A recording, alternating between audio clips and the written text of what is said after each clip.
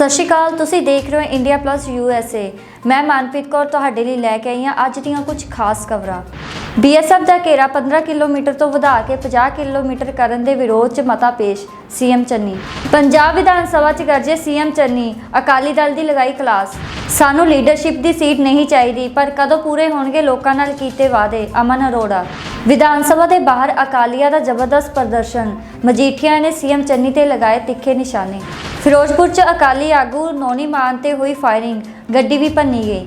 ਮੁੱਖ ਮੰਤਰੀ ਚੰਨੀ ਵੱਲੋਂ ਆਪ ਵਿਧਾਇਕ ਰੁਪਿੰਦਰ ਰੂਬੀ ਦਾ ਕਾਂਗਰਸ ਵਿੱਚ ਸ਼ਾਮਿਲ ਹੋਣ ਤੇ ਸਵਾਗਤ। ਮਜੀਠੀਆ ਨਾਲ ਤਕਰਾਰ ਤੋਂ ਬਾਅਦ ਨਵਜੋਤ ਸਿੱਧੂ ਨੇ ਕੀਤੀ ਪ੍ਰੈਸ ਕਾਨਫਰੰਸ। BSF ਦਾ ਘੇਰਾ 15 ਕਿਲੋਮੀਟਰ ਤੋਂ ਵਧਾ ਕੇ 50 ਕਿਲੋਮੀਟਰ ਕਰਨ ਦੇ ਵਿਰੋਧ 'ਚ ਮਤਾ ਪੇਸ਼। CM ਚੰਨੀ।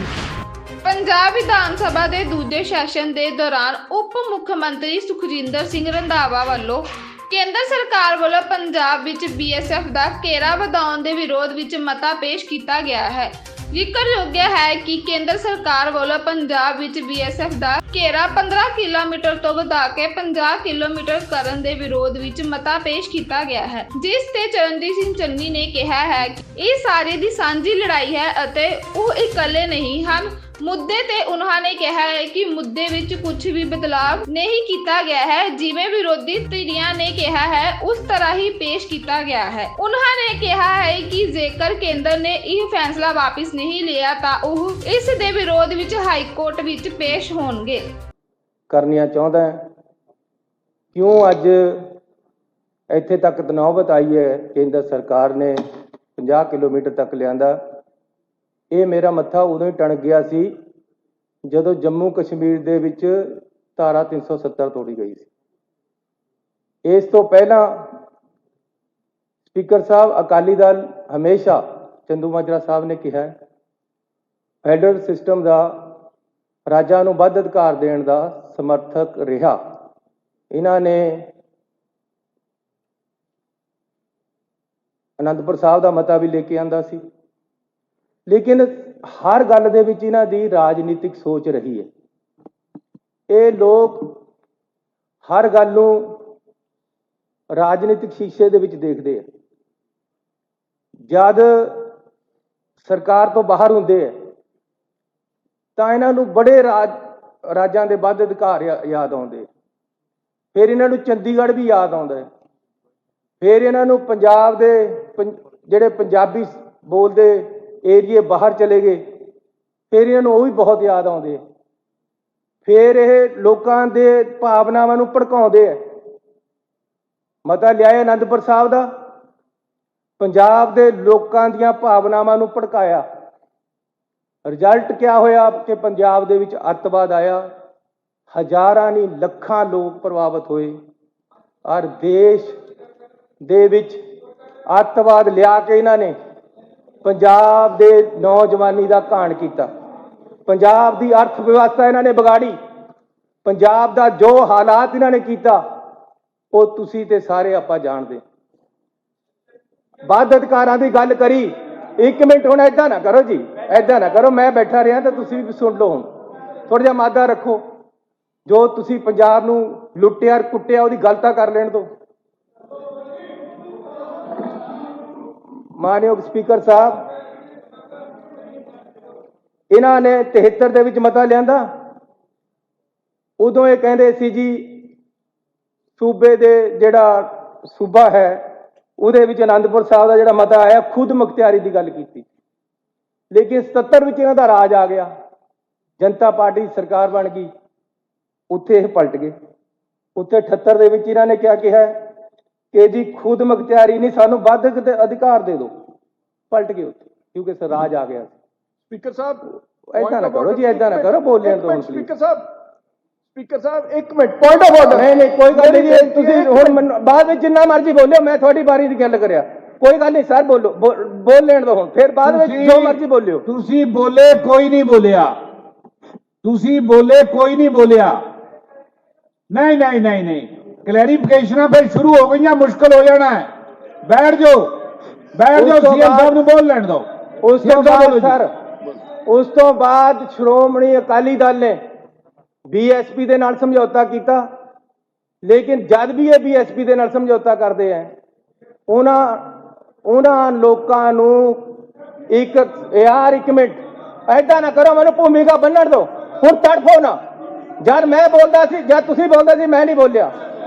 ਸੁਣੋ ਮੈਨੂੰ, ਮੈਂ ਤੁਹਾਡਾ ਕਿਰਦਾਰ ਦੱਸਣਾ ਚਾਹੁੰਦਾ। ਅੱਜ ਤੱਕ ਦਾ ਤੁਸੀਂ ਕਰਿਆ ਕਿਆ ਪੰਜਾਬ ਦੇ ਨਾਲ? ਕਿਸ ਤਰ੍ਹਾਂ ਪੰਜਾਬ ਦਾ ਤੁਸੀਂ ਨੁਕਸਾਨ ਕਰਿਆ? ਬੀਐਸਪੀ ਦੇ ਨਾਲ ਇਹਨਾਂ ਨੇ ਸਮਝੌਤਾ ਕੀਤਾ, ਵੋਟਾਂ ਜਿੱਤ ਗਏ। ਉਸ ਤੋਂ ਬਾਅਦ ਜਦ ਅਡਵਾਨੀ ਦੀ ਸਰਕਾਰ ਆਈ ਤਾਂ ਇਹਨਾਂ ਨੇ ਬੀਐਸਪੀ ਨੂੰ ਛੱਡਤਾ। ਬੀਜੇਪੀ ਪੰਜਾਬ ਕਿਆ ਦੇਸ਼ ਦੇ ਵਿੱਚ ਐਂਟਰ ਹੀ ਨਹੀਂ ਸੀ ਕਰ ਸਕਦੀ। ਆਰਐਸਐਸ ਪੰਜਾਬ 'ਚ ਐਂਟਰ ਨਹੀਂ ਸੀ ਕਰ ਸਕਦੀ ਜੇ ਇਹ ਲੋਕ ਉਹਨਾਂ ਦਾ ਸਾਥ ਨਾ ਦਿੰਦੇ। ਜੇ ਇਹ ਲੋਕ ਉਹਨਾਂ ਦਾ ਸਾਥ ਨਾ ਦਿੰਦੇ ਤਾਂ ਪੰਜਾਬ। ਉਸ ਤੋਂ ਬਾਅਦ ਸਰ ਐਦਾਂ ਨਾ ਕਰੋ, ਸੁਣੋ ਹੁਣ ਸੁਣੋ। ਉਸ ਤੋਂ ਬਾਅਦ ਇਹ ਲੈ ਕੇ ਆਏ ਬੀਜੇਪੀ ਨੂੰ, ਆਰਐਸਐਸ ਨੂੰ ਇਹਨਾਂ ਨੇ ਐਂਟਰ ਕਰਾਇਆ ਪੰਜਾਬ ਦੇ ਵਿੱਚ। ਕੋਈ ਆਰਐਸਐਸ ਦੀ ਗੱਲ ਪੰਜਾਬ ਦੇ ਵਿੱਚ ਨਹੀਂ ਸੀ। ਆਰਐਸਐਸ ਪੰਜਾਬ ਦੀ ਦੁਸ਼ਮਣ ਜਮਾਤ ਹੈ, ਤੁਸੀਂ ਲੈ ਕੇ ਆਏ ਉਹਨਾਂ ਨੂੰ। ਉਸ ਤੋਂ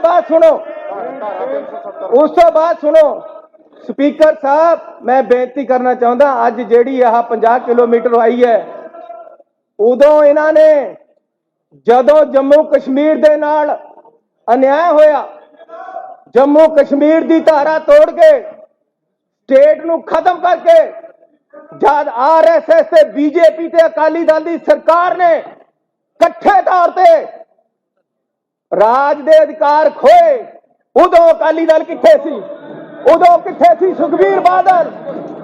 ਸੁਖਬੀਰ ਬਾਦਲ ਨੇ, ਸਪੀਕਰ ਸਾਹਿਬ, ਸੁਖਬੀਰ ਬਾਦਲ ਨੇ ਜਦ ਪਾਰਲੀਮੈਂਟ ਦੇ ਵਿੱਚ ਇਹ ਸਭ ਕੁਝ ਹੋ ਰਿਹਾ ਸੀ, ਜਦ ਪਾਰਲੀਮੈਂਟ ਦੇ ਵਿੱਚ ਰਾਜਾਂ ਦੇ ਅਧਿਕਾਰ ਖੋਏ ਜਾ ਰਹੇ ਸੀ, ਚੰਦੂ ਮਾਜਰਾ ਸਾਹਿਬ ਜਿਹਦੀ ਤੁਸੀਂ ਗੱਲ ਕਰਦੇ ਹੋ, ਜਾਂ ਤਾਂ ਚੰਦੂ ਮਾਜਰੇ ਦੀ ਸੁਖਬੀਰ ਉਹ ਨਹੀਂ ਮੰਨਦੇ ਨਹੀਂ, ਜਾਂ ਫਿਰ ਤੁਸੀਂ ਬੈਠ ਜਾਓ। ਜਦੋਂ ਜੰਮੂ ਕਸ਼ਮੀਰ ਦੇ ਵਿੱਚ ਐਦਾਂ ਨਾ ਕਰੋ, ਹੁਣ ਅੱਗ ਲੱਗਦੀ ਹੈ ਤਾਂ ਮੇਰੀ ਗੱਲ ਸੁਣੋ, ਹੁਣ ਸਹਿਜ ਕਰੋ। ਇੱਕ ਮਿੰਟ ਢਿੱਲੋਂ ਜੀ, ਸਹਿਜ ਕਰੋ। ਢਿੱਲੋਂ ਜੀ, ਤੁਹਾਡੇ ਸਾਰੇ ਸਪੀਕਰ ਬੋਲੇ, ਕੋਈ ਨਹੀਂ ਵਿੱਚ ਇੰਟਰਪਸ਼ਨ ਹੋਈ। ਬੋਲੋ। ਨਹੀਂ, ਹੁਣ ਲੀਡਰ ਆਫ ਦਾ ਹਾਊਸ ਬੋਲ ਰਹੇ ਹੈ, ਹੁਣ ਲੀਡਰ ਆਫ ਦਾ ਹਾਊਸ ਬੋਲ ਰਹੇ ਹੈ, ਆਰਾਮ ਨਾਲ ਸੁਣ ਲਓ। ਬਈ ਚੰਦੂ ਮਾਜਰਾ ਜੀ, ਸਪੀਕਰ ਸਾਹਿਬ, ਚੰਦੂ ਮਾਜਰਾ ਜੀ, ਜਦ ਤੁਸੀਂ ਬੋਲੇ ਕੋਈ ਨਹੀਂ ਉੱਠਿਆ ਜਦੋਂ ਤੁਸੀਂ ਬੋਲੇ ਹੈ। ਹੁਣ ਸੀਐਮ ਸਾਹਿਬ ਨੂੰ ਬੋਲਣ ਦਿਓ। ਬੈਠੋ, ਸੀਐਮ ਸਾਹਿਬ ਬੋਲੇ ਜੀ। ਸਪੀਕਰ ਸਾਹਿਬ, ਇਹ ਜਿਹੜਾ ਰਸਤਾ ਤਿਆਰ ਹੋਇਆ ਇੱਕ ਦਿਨ ਚ ਨਹੀਂ ਹੋਇਆ। ਇਹ ਮੇਰੇ ਵੀਰ ਜਿਹੜੇ ਬੈਠੇ ਆ, ਜਿਨ੍ਹਾਂ ਦੀ ਨੁਮਾਇੰਦਗੀ ਸ਼੍ਰੋਮਣੀ ਅਕਾਲੀ ਦਲ ਅੱਜ ਕਰ ਰਿਹਾ, ਖਾਸ ਤੌਰ ਤੇ ਸੁਖਬੀਰ ਬਾਦਲ, ਪ੍ਰਕਾਸ਼ ਸਿੰਘ ਬਾਦਲ ਚ ਫੇਰ ਵੀ ਮਾੜੀ ਮੋਟੀ ਸੀ, ਉਹ ਗੁੱਜੀ ਮਾਰਦੇ ਸੀ, ਮਾਰੀਆਂ ਉਹਨਾਂ ਨੇ ਪੰਜਾਬ ਨੂੰ ਬਰਬਾਦ ਕਰਿਆ। ਲੇਕਿਨ ਸੁਖਬੀਰ ਬਾਦਲ ਨੇ ਜਦ ਜੰਮੂ ਔਰ ਕਸ਼ਮੀਰ ਦੇ ਅਧਿਕਾਰ ਖੋਏ ਗਏ, ਉਦੋਂ ਪਾਰਲੀਮੈਂਟ ਚੋਂ ਬਾਹਰ ਨਿਕਲ ਕੇ ਇੱਕ ਪ੍ਰੈਸ ਨੂੰ ਬੋਲਿਆ ਕਿ ਜੀ ਬੜਾ ਅੱਛਾ ਹੋ ਰਿਹਾ। ਇਹਨਾਂ ਨੇ ਕਦੇ ਅੰਦਰ ਕਿਹਾ ਕਿ ਤੁਸੀਂ ਗਲਤ ਕਰ ਰਹੇ ਹੋ? ਮੈਂ ਉਹਦੀ ਆਰਟੀਆਈ ਰਾਹੀਂ ਕਢਾਈ ਹੈ ਕਿ ਕਿਆ ਸੁਖਬੀਰ ਬਾਦਲ ਨੇ ਵੋਟ ਉਲਟ ਪਾਈ ਸੀ ਜਦ ਅਧਿਕਾਰ ਖੋਏ ਗਏ? ਨਹੀਂ ਪਾਈ, ਨਾਲ ਬੀਜੇਪੀ ਦੇ ਪਾਈ ਹੈ। ਔਰ ਇਹ ਲੋਕ ਸਾਰਾ ਪੰਜਾਬ ਨੂੰ ਆਰਐਸਐਸ ਔਰ ਬੀਜੇਪੀ ਦੇ ਹੱਥਾਂ ਵਿੱਚ ਦੇਣ ਵਾਲੇ ਹੈ। ਇਹਨਾਂ ਨੇ ਪੰਜਾਬ ਨੂੰ ਦਿੱਤਾ, ਉਹਨਾਂ ਦੇ ਹੱਥਾਂ ਦੇ ਵਿੱਚ ਅੱਜ ਜੁਰਤ ਨਹੀਂ ਸੀ ਪੈਣੀ, ਉਹਨਾਂ ਦੀ ਜੁਰਤ ਨਹੀਂ ਪੈਣੀ ਸੀ ਪੰਜਾਬ ਦੇ ਉੱਪਰ ਹੱਥ ਪਾਉਣ ਦੀ, ਉਹਨਾਂ ਦੀ ਜੁਰਤ ਨਹੀਂ ਸੀ ਪੈਣੀ ਜੰਮੂ ਕਸ਼ਮੀਰ ਦੇ ਵਿੱਚ ਹੱਥ ਪਾਉਣ ਦੀ। ਉਹਨਾਂ ਨੂੰ ਵਿਸ਼ਵਾਸ ਸੀ ਕਿ ਸੁਖਬੀਰ ਬਾਦਲ, ਅਕਾਲੀ ਦਲ ਸਿੱਖਾਂ ਦੀ ਨੁਮਾਇੰਦਾ ਜਮਾਤ ਹੈ, ਉਹ ਇਹ ਸਮਝਦੇ ਸੀ। ਉਹਨਾਂ ਨੂੰ ਨਹੀਂ ਸੀ ਪਤਾ ਹੁਣ ਸਿੱਖ ਇਹਨਾਂ ਦੇ ਨਾਲ ਨਹੀਂ ਹੈ। ਉਹਨਾਂ ਨੇ ਸੋਚਿਆ ਕਿ ਪੂਰਾ ਅਕਾਲੀ ਦਲ ਸਾਡੇ ਨਾਲ ਹੈ, ਅਸੀਂ ਪੰਜਾਬ ਨੂੰ ਜਿਸ ਤਰ੍ਹਾਂ ਮਰਜ਼ੀ ਲੁੱਟ ਲਈਏ, ਅਸੀਂ ਜਿਸ ਤਰ੍ਹਾਂ ਮਰਜ਼ੀ ਕੁੱਟ ਲਈਏ, ਜਿਸ ਤਰ੍ਹਾਂ ਮਰਜ਼ੀ ਤੋੜ ਦਈਏ, ਜਿਸ ਤਰ੍ਹਾਂ ਮਰਜ਼ੀ ਜੰਮੂ ਕਸ਼ਮੀਰ ਦੇ ਅਧਿਕਾਰ ਖੋਹ ਲਈਏ, ਰਾਜਾਂ ਨੂੰ ਕਮਜ਼ੋਰ ਕਰ ਦਈਏ, ਸ਼੍ਰੋਮਣੀ ਅਕਾਲੀ ਦਲ ਸਿੱਖ ਸਾਡੇ ਨਾਲ ਹੈ।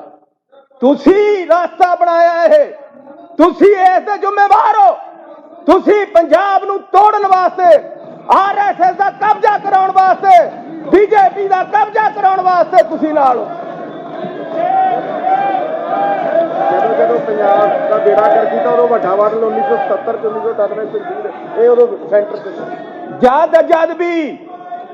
ਜਦ ਵੀ ਅਕਾਲੀ ਦਲ ਦਾ ਰਾਜ ਆਇਆ, ਜਦ ਵੀ ਬੀਜੇਪੀ ਨਾਲ ਨੇ ਕੋਈ ਸਾਜ਼ਿਸ਼ ਕੀਤੀ ਹੈ, ਜਦ ਵੀ ਦੇਸ਼ ਨੇ ਸੂਬੇ ਦੇ ਖਿਲਾਫ ਸਾਜ਼ਿਸ਼ ਕੀਤੀ ਹੈ, ਇਹ ਪੱਕੇ ਪਾਈਵਾਲ ਉਹਨਾਂ ਦੇ ਰਹੇ ਆ।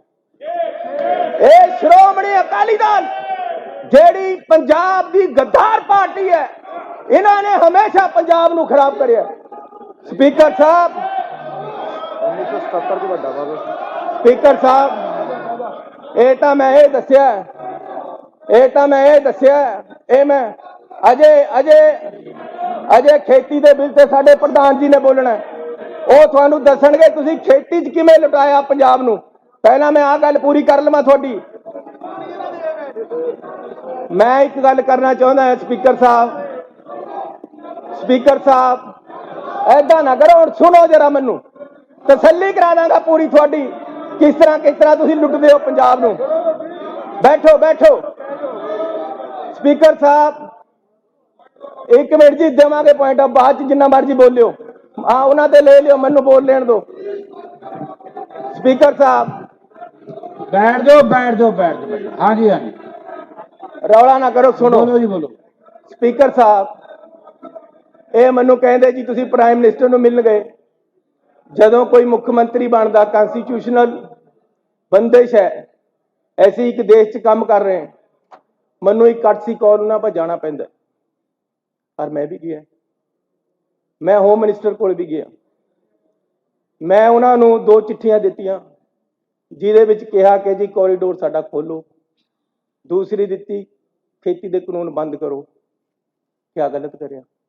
ਇਹ ਐਵੇਂ ਕਿਹਾ ਸਰਕਾਰੀਆਂ ਲਾਈ ਜਾਂਦੇ, ਤੁਸੀਂ ਤਾਂ ਇਹ ਕਹਿ ਕੇ ਆਏ, ਤੁਸੀਂ ਤਾਂ ਇਹ ਕਹਿ ਕੇ ਆਏ, ਆਪਣੇ ਕੋਲ ਤੇ ਰਾਜਨੀਤਿਕ ਸੋਚ ਕਿਉਂ ਬਣਾਉਂਦੇ ਹੋ? ਮੈਂ ਕਿਹਾ ਬਾਹਰ ਆ ਕੇ ਕਿ ਜੀ ਪੰਜਾਬ ਦੀ ਜਿਹੜੀ ਸਰਹੱਦ ਆ ਉਹਨਾਂ ਨੂੰ ਸੀਲ ਹੋਣਾ ਚਾਹੀਦਾ। ਹਰ ਮੁੱਖ ਮੰਤਰੀ ਕਹਿੰਦਾ ਸੁਣੋ, ਕਿਉਂ ਕਿਹਾ ਮੈਂ? ਕਿਉਂਕਿ ਮੇਰੇ ਪੰਜਾਬ ਨੂੰ ਆ ਜਿਹੜੇ ਮੇਰੇ ਵੀਰ ਸਾਹਮਣੇ ਬੈਠੇ, ਨਾਮ ਨਹੀਂ ਲੈਂਦਾ ਹੁਣ, ਇਹਨਾਂ ਨੇ ਉਹ ਨਸ਼ਿਆਂ ਵਿੱਚ ਡੋਬਿਆ, ਇਹਨਾਂ ਨੇ ਉਹ ਪੰਜਾਬ ਦੀ ਬੁਰੀ ਹਾਲਤ ਕੀਤੀ, ਇਹਨਾਂ ਨੇ ਪੰਜਾਬ ਦੀ ਨੌਜਵਾਨੀ ਦਾ ਘਾਣ ਕੀਤਾ। ਇਸ ਕਰਕੇ ਮੈਂ ਕਿਹਾ ਕਿ ਸਰਹੱਦਾਂ ਸੀਲ ਕਰੋ। ਕਿਉਂ ਨਹੀਂ ਕਰ ਰਹੀਆਂ? ਕਿਉਂ ਨਹੀਂ ਕਰ ਰਹੀਆਂ ਸਰਹੱਦਾਂ ਸੀਲ? ਤੁਸੀਂ ਕੀ ਚਾਹੁੰਦੇ ਹੋ? ਤੁਸੀਂ ਚਾਹੁੰਦੇ ਹੋ ਕਿ ਨਸ਼ਾ ਆਈ ਜਾਵੇ ਤੇ ਮਜੀਠੀਏ ਦੇ ਨਾਮ ਤੇ ਵਿਕੀ ਜਾਵੇ? ਇਹ ਹੁਣ ਨਹੀਂ ਹੋਣਾ, ਇਹ ਨਹੀਂ ਹੋਏਗਾ ਪੰਜਾਬ ਦੇ ਵਿੱਚ। ਕਿਉਂ ਨਾ ਕਰ ਰਹੇ ਸਰਹੱਦਾਂ ਸੀਲ? ਉਹਨਾਂ ਨੂੰ 5 ਕਿਲੋਮੀਟਰ ਦਿੱਤੇ ਹੋਏ ਹੈ, 5 ਕਿਲੋਮੀਟਰ ਵਿੱਚ ਰਹਿ ਕੇ ਸਰਹੱਦਾਂ ਸੀਲ ਕਰਨ ਉਹਨਾਂ ਦੀ ਡਿਊਟੀ ਹੈ। It they are duty bound. ਔਰ ਮੇਰਾ ਕਹਿਣਾ ਫਰਜ਼ ਬਣਦਾ ਹੈ ਮੁੱਖ ਮੰਤਰੀ ਕਿ ਜੀ ਤੁਸੀਂ ਸਰਹੱਦਾਂ ਸੀਲ ਕਰੋ। ਜੇ ਟਵੀਟ ਕਰਿਆ, ਕੋਈ ਗਲਤ ਨਹੀਂ ਕਰਿਆ। ਮੈਂ ਇਹ ਵੀ ਕਹਿਣਾ ਚਾਹੁੰਦਾ, ਸੁਣੋ ਆਮ ਆਦਮੀ ਪਾਰਟੀ ਵਾਲਿਓ, ਸੁਣੋ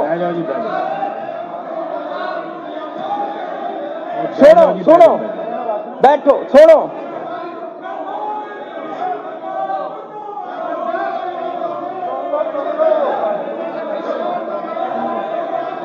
बैठा यार बोलो सीएम साहब बोलो। बैठो।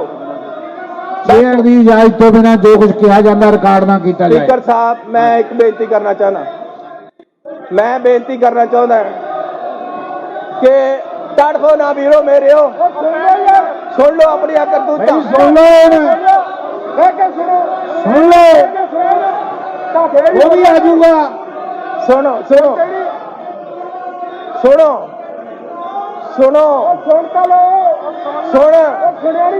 देखी चल रंगलिया रंग करतार दे। बैठो स्पीकर साहब, हुणे परेशान हो गए। स्पीकर साहब देखी चल रंगलिया रंग करतार दे, बैठे रहो। बैठो। स्पीकर साहब ऐसी पंजाब दे सारे पार्टियां नु बुलाया, ऐसी सारे यार सुनो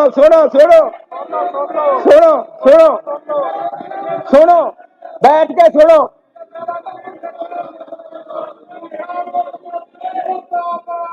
ਸਪੀਕਰ ਸਾਹਿਬ, ਐਸੀ ਸਾਰੀਆਂ ਪਾਰਟੀਆਂ ਨੂੰ ਬੁਲਾਇਆ ਕਿ ਤੁਸੀਂ ਆਓ, ਇਹਨਾਂ ਨੂੰ ਕਰ ਲੈਣ ਦਿਓ 5 ਮਿੰਟ ਸ਼ੋ। ਇਹ ਹੁਣ ਸੁਣ ਨਹੀਂ ਪਾ ਰਹੇ, ਇਹਨਾਂ ਨੂੰ ਕਰ ਲੈਣ ਦਿਓ ਡਰਾਮਾ।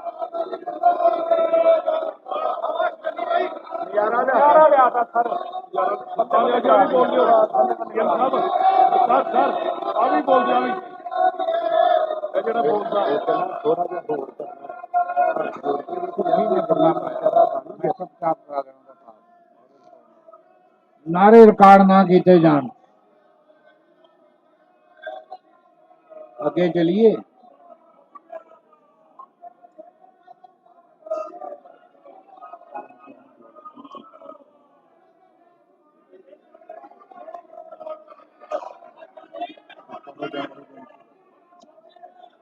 ਆਪਣੀਆਂ ਸੀਟਾਂ ਤੇ ਜਾਓ, ਸੀਟਾਂ ਤੇ।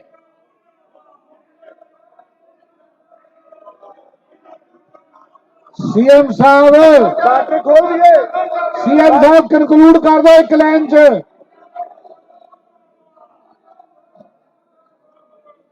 सीएम साहब कंक्लूड करो, अगे चलिए, खत्म कर लेना, अगे चलिए, कंक्लूड करो। अगला काम भी करना है। स्पीकर साहब, मैं इन्हों कहा, एक मिनट, मैं इन्हों कहा, ओहो हुण तां रोने लागे तुसीं यार। गल सुनो ना, ਇਹਨਾਂ ਨੂੰ ਪੁੱਛ ਲਓ ਬਾਰਡਰ ਕੋਲ। ਇਹਨਾਂ ਨੂੰ ਪੁੱਛ ਲਿਆ ਬਾਰਡਰ ਕੋਲ ਦੀ। ਰੰਧਾਵਾ ਸਾਹਿਬ ਨੂੰ ਕਹੋ। ਰੰਧਾਵਾ ਸਾਹਿਬ, ਇਹਨਾਂ ਨੂੰ ਤਾਂ ਅੰਗਰੇਜ਼ੀ ਨਹੀਂ ਪੜ੍ਹਨੀ ਆਉਂਦੀ। ਮੈਨੂੰ ਸਪੀਕਰ ਸਾਹਿਬ ਨੇ ਟਾਈਮ ਦਿੱਤਾ, ਮੈਂ ਤਾਂ ਬਹੁਤ ਜ਼ਿਆਦਾ ਪੱਲਾ ਮਾਰਿਆ। ਇਹਨਾਂ ਨੂੰ ਤਾਂ ਵਰਡ ਟੂ ਵਰਡ ਨਹੀਂ ਆਉਂਦਾ ਜੀ। ਇਹਨਾਂ ਨੂੰ ਮੈਂ ਕਰ ਦੂੰ। ਰੰਧਾਵਾ ਸਾਹਿਬ ਖੜੇ ਹੋ ਕੇ ਕਹੋ ਕਿ ਬਾਰਡਰ ਹੋਣਾ ਚਾਹੁੰਦੇ ਨੇ ਖੋਲ। ਸਪੀਕਰ ਸਾਹਿਬ ਇੱਕ ਮਿੰਟ। ਹਾਂਜੀ ਨੂੰ ਯਾਰ ਐਵੇਂ ਕੰਮ ਹੁਣ ਵਧੀਆ ਬਣੇ ਨਹੀਂ ਕਰ ਰਹੇ।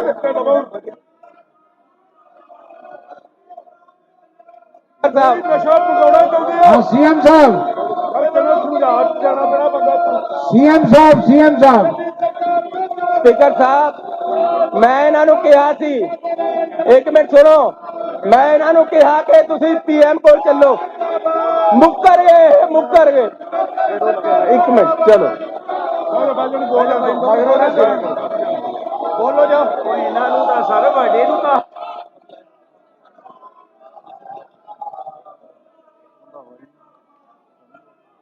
ਨਾ ਰੰਧਾਵੇ ਨੇ ਕਿਹਾ ਉੱਥੋਂ ਵਾਲਾ ਤਾਂ ਰੰਧਾਵੇ ਨੇ ਪਵਾਇਆ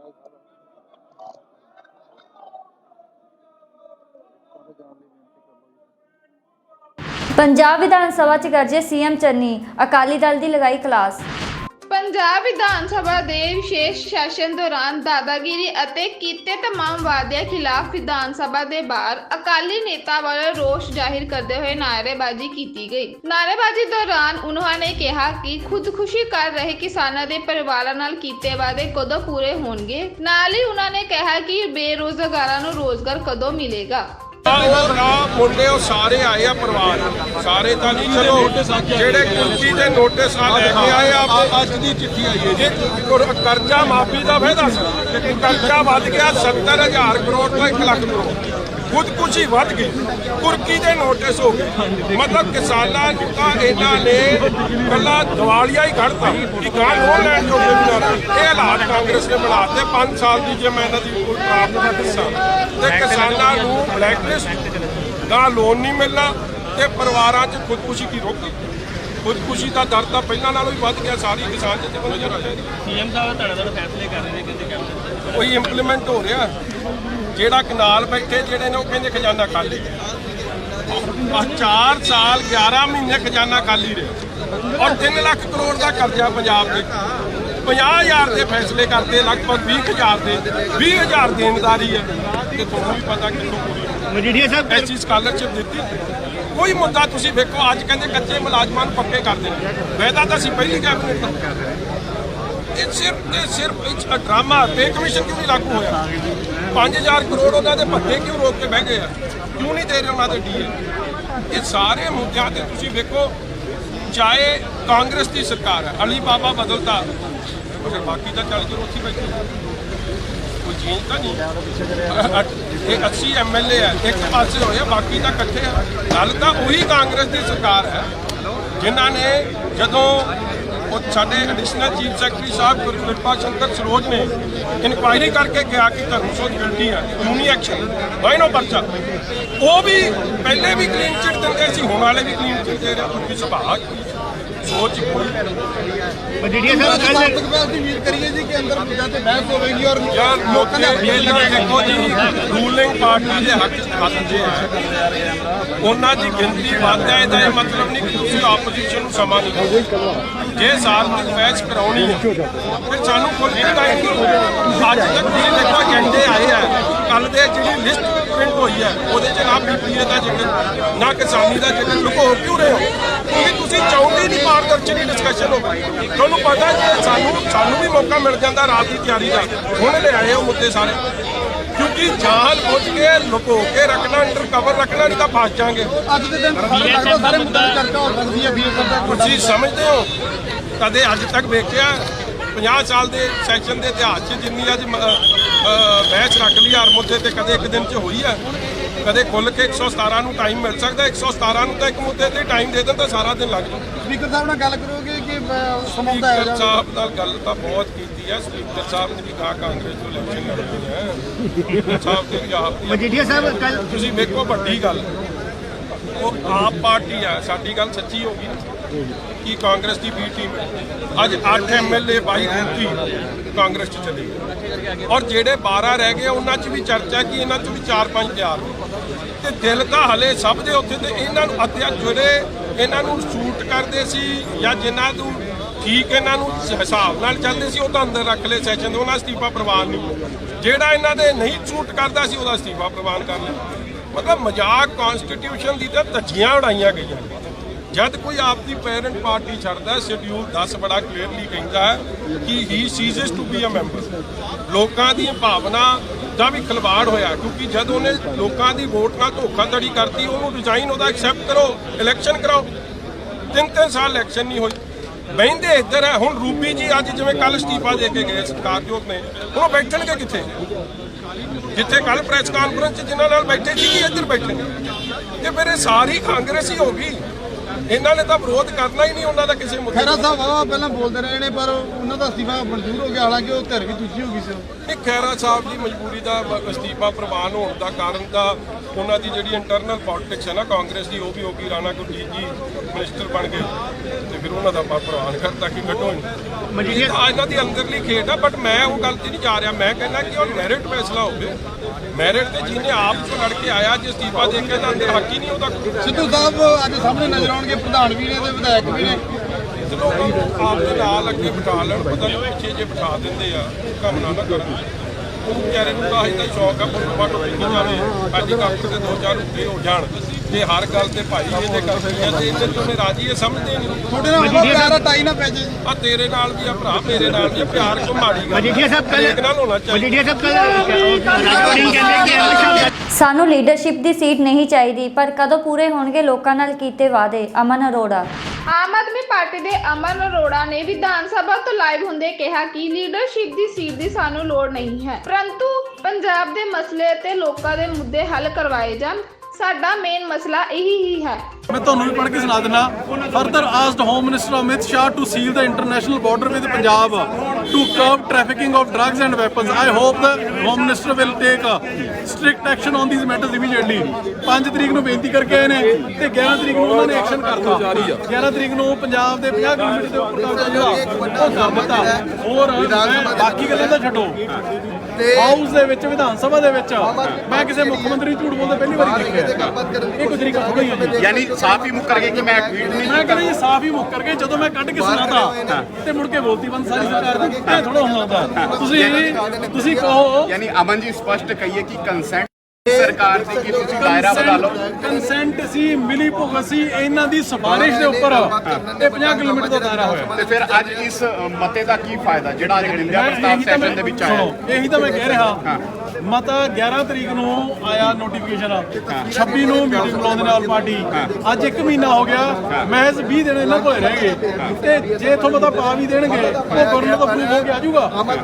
ਜਿਹੜਾ ਕਿਸਾਨੀ ਮੁੱਦੇ ਤੇ ਕੈਪਟਨ ਸਾਹਿਬ ਨੇ ਪਾਇਆ ਸੀਗਾ ਮਤਾ, ਉਹ ਗਵਰਨਰ ਨੇ ਵਿੱਚ ਕਿ ਸੁਪਰੀਮ ਕੋਰਟ ਜਾਵਾਂਗੇ। ਅੱਜ ਉਸ ਆਲ ਪਾਰਟੀ ਮੀਟਿੰਗ ਨੂੰ 1 ਮਹੀਨਾ ਹੋ ਲਿਆ 3 ਦਿਨਾਂ ਦਾ ਵਾਅਦਾ ਕੀਤਾ ਸੀ। ਜਦੋਂ ਮੈਂ ਗੱਲ ਸੁਪਰੀਮ ਕੋਰਟ ਦੀ ਆਲ ਪਾਰਟੀ ਮੀਟਿੰਗ ਦੇ ਵਿੱਚ ਰੱਖੀ ਸੀਗੀ, ਮੇਰੀ ਗੱਲ ਦੀ ਪੁਰਜ਼ੋਰ ਸ਼ਬਦਾਂ ਦੇ ਵਿੱਚ ਤਾਈਦ ਨਵਜੋਤ ਸਿੰਘ ਸਿੱਧੂ ਨੇ ਵੀ ਕੀਤੀ ਸੀਗੀ ਤੇ ਚਰਨਜੀਤ ਸਿੰਘ ਚੰਨੀ ਜੀ ਨੇ ਵੀ ਕੀਤੀ ਸੀਗੀ ਤੇ ਵਾਅਦਾ ਕੀਤਾ ਸੀਗਾ ਸਾਨੂੰ ਕਿ ਵਿਦਿਨ 2-3 ਡੇਜ਼ 3 ਦਿਨਾਂ ਦੇ ਵਿੱਚ ਅਸੀਂ ਸੁਪਰੀਮ ਕੋਰਟ ਪਹੁੰਚ ਜਾਾਂਗੇ ਤੇ ਅੱਜ ਤੱਕ 16 ਦਿਨ ਉਸ ਗੱਲ ਨੂੰ ਹੋ ਗਏ, 26 ਤਰੀਕ ਟੱਪੀ ਨੂੰ ਹਜੇ ਤੱਕ ਸੁਪਰੀਮ ਕੋਰਟ ਤੱਕ ਹੀ ਇਹਨਾਂ ਦਾ ਕਾਟੋ ਕਲੇਸ਼ ਜਿਹੜਾ ਏਜੀ ਤੇ ਡੀਜੀਪੀ ਦੇ ਨਹੀਂ ਮੁੱਕਦਾ ਹੈਗਾ। ਇਹ ਫੈਕਟ ਵੀ ਕਿੱਥੇ 3 ਕਿਲੋਮੀਟਰ ਦੇ ਦਾਇਰੇ 'ਚ 5 ਕਿਲੋਮੀਟਰ ਦੇ ਦਾਇਰੇ ਦੇ ਵਿੱਚ ਕਿੱਥੇ ਅਸਲਾ ਮਿਲਿਆ, ਕਿੱਥੇ ਨਸ਼ਾ ਮਿਲਿਆ, ਕਿਹੜੀ ਐਫਆਈਆਰ ਨੇ, ਇਹ ਕੰਮ ਡੀਜੀਪੀ ਦਾ ਤੇ ਕੋਰਟ 'ਚ ਲੜਾਈ ਲੜਨੀ ਏਜੀ ਦਾ ਕੰਮ ਹੈ। ਉਹਨਾਂ ਦੋਵਾਂ ਦਾ ਕਾਟੋ ਕਲੇਸ਼ ਹੀ ਨਹੀਂ ਮੁੱਕਿਆ ਹੈਗਾ। ਸਪਸ਼ਟ ਲਫ਼ਜ਼ਾਂ ਦੇ ਵਿੱਚ ਕਹੀਏ ਕਿ ਆਪਣੀ ਕੁਰਸੀ ਬਚਾਉਣ ਦੀ ਜੰਗ ਜਿਹੜੀ ਹੈ ਉਹ ਵੇਖਣ ਨੂੰ ਮਿਲ ਰਹੀ ਹੈ। ਪੰਜਾਬ ਦੇ ਜਿਹੜੇ ਹਿੱਤ ਨੇ ਉਹਨਾਂ ਨੂੰ ਇੱਕ ਪਾਸੇ ਰੱਖਤਾ। ਮੈਂ ਕਹਿੰਦਾ ਜੀ ਕੁਰਸੀ ਦੇ ਚਾਰੇ ਪਾਵਿਆਂ ਨੂੰ ਐ ਜੱਫਾ ਪਾਇਆ ਹੋਇਆ ਸੀਐਮ ਸਾਹਿਬ ਨੇ ਤੇ ਬਾਕੀ ਕਈ ਜਣੇ ਲੱਗੇ ਹੋਏ ਨੇ, ਉਹਨਾਂ ਦੀਆਂ ਲੱਤਾਂ ਨੂੰ ਚਿੰਬੜੇ ਹੋਏ ਨੇ। ਕੁਰਸੀ ਦੇ ਨੂੰ ਵੀ ਢਾਲੀ ਹੈ ਕਿਸੇ ਤਰੀਕੇ। ਪੰਜਾਬ ਨੂੰ ਢਾਹ ਤਾਂ ਲੱਗਣੀ ਹੈ। ਤਾਂ ਜਿਹੜੇ ਹਿੱਤ ਨੇ ਕੀ ਕਹਿਣਾ ਚਾਹੋਗੇ ਤਾਂ ਪਹਿਲਾਂ ਫੋਨ ਦੇ ਵਿੱਚ ਕੀ ਦਿਖਾ ਰਹੇ ਹੋ? ਦੇਖੋ ਇਸ ਤਰ੍ਹਾਂ ਕਿ ਮੈਂ ਜਦੋਂ ਬੀਐਸਐਫ ਵਾਲੇ ਇਸ਼ੂ ਦੇ ਉੱਪਰ ਮਤਾ ਆਇਆ, ਮੈਂ ਉਦੋਂ ਇਹ ਕਿਹਾ ਕਿ ਸੀਐਮ ਸਾਹਿਬ ਤੁਸੀਂ 5 ਤਾਰੀਖ ਨੂੰ ਤੁਸੀਂ ਮਿਲ ਕੇ ਆਏ ਹੋ ਹੋਮ ਮਿਨਿਸਟਰ ਅਮਿਤ ਸ਼ਾਹ ਨੂੰ ਤੇ ਉਦੋਂ ਤੁਸੀਂ ਨਿਕਲ ਕੇ ਟਵੀਟ ਕੀਤਾ ਸੀਗਾ ਕਿ ਇੰਟਰਨੈਸ਼ਨਲ ਬਾਰਡਰ ਜਿਹੜਾ ਉਹਨੂੰ ਸੀਲ ਕੀਤਾ ਜਾਵੇ ਤੇ ਤਾਂ ਕਿ ਡਰੱਗਸ ਔਰ ਨਸ਼ੇ ਨੇ ਜਿਹੜੇ ਉਹ ਆ ਰਹੇ ਨੇ ਤੇ ਉਹ ਮੁੱਕਰ ਗਏ ਕਿ ਮੈਂ ਤਾਂ ਕਿਹਾ ਹੀ ਨਹੀਂ ਹੈਗਾ। ਜਦੋਂ ਮੈਂ ਟਵੀਟ ਉਹਨਾਂ ਦੇ ਟਵਿੱਟਰ ਹੈਂਡਲ ਤੋਂ ਕੱਢ ਕੇ ਸੁਣਾਤਾ ਕਿ ਤੁਹਾਡਾ ਟਵੀਟ ਵੀ ਪਿਆ ਤੇ ਤੁਸੀਂ ਸਖਤ ਐਕਸ਼ਨ ਲੈਣ ਦੀ ਬੇਨਤੀ ਵੀ ਕਰਕੇ ਆਏ ਹੋ 5 ਅਕਤੂਬਰ ਨੂੰ ਹੋਮ ਮਿਨਿਸਟਰ ਅਮਿਤ ਸ਼ਾਹ ਨੂੰ ਤੇ 11 ਤਰੀਕ ਨੂੰ ਉਹਨਾਂ ਨੇ ਐਕਸ਼ਨ ਲੈ ਲਿਆ। ਉਹਨਾਂ ਨੇ 15 ਕਿਲੋਮੀਟਰ ਤੋਂ ਵਧਾ ਕੇ 50 ਕਿਲੋਮੀਟਰ ਦਾ ਦਾਇਰਾ ਕਰ ਦਿੱਤਾ। ਗੱਲ ਇਹ ਹੈ ਕਿ ਜਦੋਂ ਆਲ ਪਾਰਟੀ ਮੀਟਿੰਗ ਦੇ ਵਿੱਚ ਵੀ ਤੇ ਅੱਜ ਸਦਨ ਦੇ ਵਿੱਚ ਵੀ ਜਦੋਂ ਹੋਮ ਮਿਨਿਸਟਰ ਸੁਖਬੀਰ ਰੰਧਾਵਾ ਜੀ ਇਹ ਕਹਿ ਰਹੇ ਨੇ ਕਿ 2.5-3 ਕਿਲੋਮੀਟਰ ਤੋਂ ਅੱਗੇ ਕਦੇ ਨਸ਼ੇ ਤੇ ਅਸਲਾ ਆਇਆ ਹੀ ਨਹੀਂ ਹੈਗਾ ਤੇ ਫਿਰ ਤੁਸੀਂ ਕਿਉਂ ਰੋਣੇ ਰੋਈ ਜਾਂਦੇ ਉੱਥੇ ਅਮਿਤ ਸ਼ਾਹ ਕੋਲੇ ਜਾ ਕੇ? ਉਹਨਾਂ ਨੂੰ ਤਾਂ ਮੌਕਾ ਚਾਹੀਦਾ ਕਿ ਕਿਸੇ ਨਾ ਕਿਸੇ ਤਰੀਕੇ ਪੰਜਾਬ ਨੂੰ ਗੋਡੇ ਥੱਲੇ ਲਾਓ। ਉਹਨਾਂ ਨੇ ਲੈ ਪਰ ਸੀਐਮ ਚੰਨੀ ਤਾਂ ਇਹ ਕਹਿ ਰਹੇ ਨੇ ਕਿ ਬਾਰਡਰ ਤਾਂ ਮੈਂ ਤਾਂ ਸੀਲ ਕਰਨ ਨੂੰ ਕੇਸ ਸੀਗੇ ਕਿ ਨਸ਼ਾ ਆ ਰਿਹਾ ਸੀ ਉਧਰੋਂ। ਨਸ਼ਾ ਸੁਣੋ, ਇਹੀ ਤਾਂ ਮੈਂ ਕਹਿ ਰਿਹਾ ਕਿ ਜਦੋਂ ਨਸ਼ਾ ਆ ਰਿਹਾ ਹੈ ਰਹਿ ਉਹ 3 ਕਿਲੋਮੀਟਰ ਦੇ ਵਿੱਚ ਰਿਹਾ ਹੈ, 15 ਕਿਲੋਮੀਟਰ ਦਾ ਦਾਇਰਾ ਆਲਰੇਡੀ ਉਹਨਾਂ ਕੋਲੇ ਬੀਐਸਐਫ ਵਾਲਿਆਂ ਕੋਲੇ ਹੈਗਾ ਤੇ ਉੱਥੇ ਜਾ ਕੇ ਰੋਣਾ ਕਿਉਂ ਰੋਂਦੇ ਹੋ? ਇਹ ਸਿਰਫ ਔਰ ਸਿਰਫ ਡੀਲ ਕਰਕੇ ਆਏ ਨੇ ਅੰਦਰ ਕੋਈ ਨਾ ਕੋਈ ਕਿ ਤਾਂ ਕਿ ਜਿਵੇਂ ਕੈਪਟਨ ਸਾਹਿਬ ਦੀਆਂ ਫਾਈਲਾਂ ਦਬੀਆਂ ਪਈਆਂ ਸੀਗੀਆਂ ਇਹ ਆਪਦੀ ਫਾਈਲਾਂ ਦੀ ਡੀਲ ਕਰਕੇ ਆਏ ਨੇ, ਹੋਰ ਕੱਖ ਨਹੀਂ ਹੈਗਾ। ਤੇ ਕਿਤੇ ਨਾ ਕਿਤੇ ਇਹ ਕਹਿ ਰਹੇ ਨੇ ਕਿ ਸ਼੍ਰੋਮਣੀ ਅਕਾਲੀ ਦਲ ਦੇ ਨਿਸ਼ਾਨਾ ਸਾਧਿਆ ਉਹਨਾਂ ਨੇ ਕਿ ਸ਼੍ਰੋਮਣੀ ਅਕਾਲੀ ਦਲ ਤੇ ਬੀਜੇਪੀ ਮਿਲੇ ਹੋਏ ਅੰਦਰ ਖਾਤੇ ਫਿਰ ਵੀ ਮੁੜ ਤੋਂ ਰਲ ਮਿਲ ਕੇ ਇਲੈਕਸ਼ਨ ਲੜਨਗੇ ਸ਼੍ਰੋਮਣੀ ਅਕਾਲੀ ਦਲ। ਦੇਖੋ ਜੀ ਇਲੈਕਸ਼ਨ ਤਾਂ ਹੁਣ ਚਾਹੇ ਬੀਜੇਪੀ ਕਾਂਗਰਸ ਸ਼੍ਰੋਮਣੀ ਅਕਾਲੀ ਦਲ ਸਾਰੇ ਇਕੱਠੇ ਹੋ ਕੇ ਲੜ ਲੈਣਾ ਪੰਜਾਬ ਦੇ ਲੋਕ ਨੇ ਜਿਹੜੇ ਉਹ ਸਮਝੀ ਖੜੇ ਨੇ ਇਹਨਾਂ ਤਿੰਨਾਂ ਦਾ ਮੋਰੀਆ ਬਿਸਤਰਾ ਜਿਹੜਾ ਉਹ ਗੋਲ ਕਰਨਗੇ। ਤੇ ਹੁਣ ਚਲੋ ਗੱਲਬਾਤ ਕਰਨ ਦੀ ਕੋਸ਼ਿਸ਼ ਕੀਤੀ। ਤੁਸੀਂ ਕਹਿ ਰਹੇ ਹੋ ਕਿ ਝੂਠ ਬੋਲਿਆ ਗਿਆ, ਆਖਿਰਕਾਰ ਮੁੱਦਾ ਪਤਾ ਸਾਰਿਆਂ ਨੂੰ ਕਿ ਬੀਐਸਐਫ ਦਾ ਮੁੱਦਾ ਸੀਗਾ ਪਰ ਝੂਠ ਕਿਸੇ ਨਾਲ ਬੋਲਿਆ ਗਿਆ। ਉਹ ਇਹ ਨਹੀਂ ਲਿਖਿਆ ਗਿਆ ਅੰਦਰ ਕੁਝ ਕਿ ਜਿਹੜੀ ਰੇਂਜ ਦੀ ਗੱਲ ਕੀਤੀ ਗਈ ਉਸ ਦੇ ਸਟ੍ਰਿਕਟ ਐਕਸ਼ਨ ਦੀ ਗੱਲ ਕੀਤੀ ਗਈ ਹੈ। ਮੈਂ ਇਹ ਇਸ਼ੂ ਰੇਜ਼ ਕੀਤਾ ਕਿ ਜੀ ਇਹਦੀ ਟਾਈਮਲਾਈਨ ਬਹੁਤ ਇੰਪੋਰਟੈਂਟ ਹੈ ਕਿਉਂਕਿ 3 ਮਹੀਨਿਆਂ ਦੇ ਮੁੱਖ ਮੰਤਰੀ ਨੇ, 2 ਮਹੀਨੇ ਟੱਪ ਚੁੱਕੇ ਨੇ, ਮਹਿਜ਼ ਮਹੀਨਾ ਇੱਕ ਰਹਿ ਗਿਆ। 11 ਅਕਤੂਬਰ ਨੂੰ ਇਹ ਨੋਟੀਫਿਕੇਸ਼ਨ ਕੀਤੀ ਸੀਗੀ ਹੋਮ ਮਿਨਿਸਟਰੀ ਨੇ। ਜਦੋਂ ਮੈਂ ਉਹਨਾਂ ਦੇ ਟਵਿੱਟਰ ਹੈਂਡਲ ਤੋਂ ਟਵੀਟ ਪੜ੍ਹ ਕੇ ਸੁਣਾਤਾ ਤੁਹਾਨੂੰ ਵੀ ਦੱਸ ਦੇਣਾ। Further asked home minister Amit Shah to seal the international border with Punjab to curb trafficking of drugs and weapons. I hope that the HM will take strict action on the. ਪਹਿਲੀ ਵਾਰੀ ਹੋਇਆ ਕਿ ਹਾਊਸ ਦੇ ਵਿੱਚ ਕੋਈ ਮੁੱਖ ਮੰਤਰੀ ਆਪ ਮੁੱਕਰਿਆ ਹੋਵੇ। ਇਹਨਾਂ ਨੂੰ ਜਾ ਕੇ ਕਹਿਣਾ ਤਾਂ ਇਹ ਚਾਹੀਦਾ ਸੀਗਾ ਕਿ ਹੋਮ ਮਿਨਿਸਟਰ ਸਾਹਿਬ ਅਸੀਂ ਮੇਰੀ ਗੱਲ ਕੰਪਲੀਟ ਹੋਣ ਦਿਓ। ਮੁੱਖ ਮੰਤਰੀ ਨੂੰ ਕਹਿਣਾ ਤਾਂ ਇਹ ਚਾਹੀਦਾ ਸੀਗਾ ਕਿ ਹੋਮ ਮਿਨਿਸਟਰ ਸਾਹਿਬ ਤੁਹਾਡੀ ਬੀਐਸਐਫ ਸਾਡੇ 15 ਕਿਲੋਮੀਟਰ ਦੇ ਏਰੀਆ ਦੇ ਵਿੱਚ ਆਪਰੇਟ ਕਰਦੀ ਹੈ ਤੇ ਹਜੇ ਵੀ ਇੰਨੇ ਸਾਲਾਂ ਤੋਂ ਉਹਨਾਂ ਤੋਂ ਡਰੱਗਸ ਔਰ ਤੁਸੀਂ ਅਮਿਤ ਸ਼ਾਹ ਨੂੰ ਮਿਲ ਕੇ ਆਏ ਸੀਗੇ ਤੇ ਤੁਸੀਂ ਪੰਜਾਬ ਦੇ ਵਿੱਚ ਨਸ਼ਿਆਂ ਦੀ ਔਰ ਵੈਪਨਸ ਦੀ ਗੱਲ ਕਰਕੇ ਆਏ ਸੀਗੇ, ਇੰਟਰਨੈਸ਼ਨਲ ਬਾਰਡਰ ਦੀ ਗੱਲ ਕਰਕੇ ਸੀ ਤੇ ਉਹ ਪਹਿਲੀ ਵਾਰੀ ਹੋਇਆ ਵਿਧਾਨ ਸਭਾ ਦੇ ਵਿੱਚ ਕੋਈ ਚੀਫ ਮਿਨਿਸਟਰ ਮੁੱਕਰਿਆ ਹੋਵੇ, ਝੂਠ ਬੋਲਿਆ ਹੋਵੇ। ਉਹ ਮੁੱਕਰ ਕੇ ਜੀ ਮੈਂ ਤਾਂ ਟਵੀਟ ਕੀਤਾ ਨਹੀਂ ਹੈਗਾ। ਮੈਂ ਉਹਨਾਂ ਦੇ ਟਵਿੱਟਰ ਹੈਂਡਲ ਤੋਂ ਉਹਨਾਂ ਨੂੰ ਟਵੀਟ ਹੈ ਜਿਹੜਾ ਉਹ ਕੱਢ ਕੇ ਪੜ੍ਹਾ ਦਿੱਤਾ ਤੇ ਲਿਖਿਆ ਇਸ ਦੇ ਵਿੱਚ further asked home minister Amit Shah to seal the international border with Punjab to curb trafficking of drugs and weapons. I hope that the Home Minister will take strict action on these matters immediately। ਉਹਨਾਂ ਨੂੰ ਕਹਿ ਕੇ ਆਏ ਨੇ ਕਿ drugs ਔਰ ਨਸ਼ੇ ਦੇ ਜਿਹੜੇ ਬਹੁਤ ਵਧੇ ਪਏ ਨੇ ਤੁਸੀਂ ਕਿਰਪਾ ਕਰਕੇ ਕੋਈ ਸਖਤ ਐਕਸ਼ਨ ਲਓ। 5 ਨੂੰ ਕਹਿ ਕੇ ਇਹਨੇ ਐਕਸ਼ਨ ਲੈ ਲਿਆ, ਵਧਾ ਕੇ 15 ਕਿਲੋਮੀਟਰ ਤੋਂ 50 ਕਿਲੋਮੀਟਰ ਕਰ ਦਿੱਤਾ। ਇਹਨਾਂ ਨੂੰ ਪਤਾ ਹੀ ਨਹੀਂ ਲੱਗਦਾ ਹੈਗਾ ਕਰਨਾ ਕੀ ਹੈ। ਕਾਰਨ ਕੀ ਲੱਗਦਾ? ਕਿਉਂਕਿ ਇੱਕ ਤਰਫਾ ਜਿਹੜਾ ਕਿ ਉਸ ਦਾ ਵਿਰੋਧ ਕੀਤਾ ਜਾ ਰਿਹਾ, ਦੂਸਰੀ ਤਰਫਾ ਤੁਸੀਂ ਕਹਿ ਰਹੇ ਹੋ ਕਿ ਉਸ ਦਾ ਜਿਹੜਾ ਕਿ ਸਾਂਝ ਪਾਈ ਜਾ ਰਹੀ ਹੈ ਕਿ ਇਹ ਕੰਮ ਕੀਤਾ ਜਾਵੇ। ਇਹਦੇ 'ਚ ਗੱਲਾਂ ਦੋ ਨੇ, ਜਾਂ ਤਾਂ ਇਹਨਾਂ ਨੂੰ ਪਤਾ ਹੀ ਨਹੀਂ ਹੈਗਾ, ਇਨਕੰਪੀਟੈਂਟ ਹੈ ਸਰਕਾਰ, ਇਹਨਾਂ ਨੂੰ ਪਤਾ ਹੀ ਨਹੀਂ ਹੈਗਾ ਕਰਨਾ ਕੀ ਹੈ। ਦੂਜਾ ਆਪਸੀ ਕਾਟੋ ਕਲੇਸ਼ ਦੇ ਵਿੱਚ ਉਲਝੇ ਪਏ ਨੇ। ਤੀਜੇ ਨਾਲ ਇਹ ਵੀ ਪ੍ਰਤੀਤ ਹੁੰਦਾ ਹੈ ਕਿ ਕਿਤੇ ਨਾ ਕਿਤੇ ਇਹਨਾਂ ਦੀ ਡੀਲ ਵੀ ਕੈਪਟਨ ਅਮਰਿੰਦਰ ਸਿੰਘ ਵਾਂਗੂ ਕੇਂਦਰ ਨਾਲ ਹੋ ਚੁੱਕੀ ਹੈ, ਤਾਂ ਹੀ ਇਹੋ ਜਿਹੀਆਂ ਗੱਲਾਂ ਕਰਕੇ ਆਉਂਦੇ ਨੇ। ਨਹੀਂ ਅਸਲ ਵਿਧਾਨ ਸਭਾ ਦੇ ਬਾਹਰ ਅਕਾਲੀਆਂ ਦਾ ਜ਼ਬਰਦਸਤ ਪ੍ਰਦਰਸ਼ਨ, ਮਜੀਠੀਆ ਨੇ ਸੀਐਮ ਚੰਨੀ ਤੇ ਲਗਾਏ ਤਿੱਖੇ ਨਿਸ਼ਾਨੇ।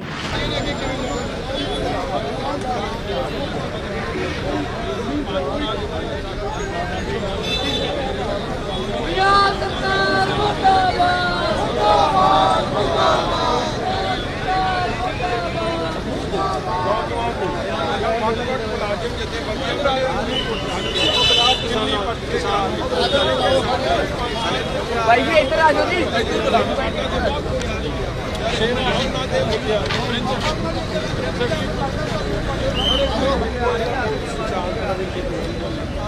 ਸਾਡਾ ਤਾਂ ਕੋਈ ਚਾਂਸ ਨਹੀਂ ਹੈ। ਸੁਰਿੰਦਰ ਕਿੱਥੇ ਹੈ? ਅੱਗੇ ਜਾਓਗੇ ਮੁੰਡੇ ਉਹ ਸਾਰੇ ਆਏ ਆ ਪਰਿਵਾਰ, ਸਾਰੇ ਤਾਂ ਨਹੀਂ, ਚਲੋ ਜਿਹੜੇ ਕੁਰਸੀ ਦੇ ਨੋਟਿਸ ਆ ਲੈ ਕੇ ਆਏ ਆ। ਅੱਜ ਦੀ ਚਿੱਠੀ ਆਈ ਹੈ ਜੀ, ਕਰਜ਼ਾ ਮਾਫੀ ਦਾ ਫਾਇਦਾ ਸੀ, ਕਰਜ਼ਾ ਵੱਧ ਗਿਆ 70,000 ਕਰੋੜ ਤੋਂ 1 ਲੱਖ ਕਰੋੜ, ਖੁਦਕੁਸ਼ੀ ਵੱਧ ਗਈ, ਕੁਰਕੀ ਦੇ ਨੋਟਿਸ ਹੋ ਗਏ। ਮਤਲਬ ਕਿਸਾਨਾਂ ਨੂੰ ਤਾਂ ਇਹਨਾਂ ਨੇ ਕੱਲਾ ਦਿਵਾਲੀਆ ਹੀ ਕੱਢਤਾ ਕਿ ਗਾਂ ਲੋਨ ਲੈਣ ਜੋਗੇ ਵੀ ਨਾ ਰਹੇ। ਇਹ ਹਾਲਾਤ ਕਾਂਗਰਸ ਨੇ ਬਣਾਤੇ 5 ਸਾਲ ਦੀ, ਜੇ ਮੈਂ ਇਹਨਾਂ ਦੀ ਕੋਈ ਪ੍ਰਾਪਤ ਦੱਸਾਂ ਤੇ ਕਿਸਾਨਾਂ ਨੂੰ ਬਲੈਕਲਿਸਟ, ਗਾਂ ਲੋਨ ਨਹੀਂ ਮਿਲਣਾ ਤੇ ਪਰਿਵਾਰਾਂ 'ਚ ਖੁਦਕੁਸ਼ੀ ਕੀ ਰੋਕੀ। ਖੁਦਕੁਸ਼ੀ ਦਾ ਦਰ ਤਾਂ ਪਹਿਲਾਂ ਨਾਲੋਂ ਵੀ ਵੱਧ ਗਿਆ, ਸਾਰੀ ਕਿਸਾਨ ਜਿੱਥੇ ਨਜ਼ਰ ਆ ਜਾਏਗੀ। ਸੀਐਮ ਸਾਹਿਬ ਧੜਾ ਫੈਸਲੇ ਕਰ ਰਹੇ ਨੇ, ਕਹਿੰਦੇ ਕੈਬਨਿਟ ਉਹੀ ਇੰਪਲੀਮੈਂਟ ਹੋ ਰਿਹਾ। ਜਿਹੜਾ ਕਨਾਲ ਬੈਠੇ ਜਿਹੜੇ ਨੇ ਉਹ ਕਹਿੰਦੇ ਖਜ਼ਾਨਾ ਖਾਲੀ, 4 ਸਾਲ 11 ਮਹੀਨੇ ਖਜ਼ਾਨਾ ਖਾਲੀ ਰਿਹਾ ਔਰ 3 ਲੱਖ ਕਰੋੜ ਦਾ ਕਰਜ਼ਾ ਪੰਜਾਬ ਦੇ। 50,000 ਦੇ ਫੈਸਲੇ ਕਰਦੇ, ਲਗਭਗ 20,000 ਦੇ 20,000 ਦੇਣਦਾਰੀ ਹੈ ਤੇ ਤੁਹਾਨੂੰ ਵੀ ਪਤਾ ਕਿੱਥੋਂ ਪੂਰੀ।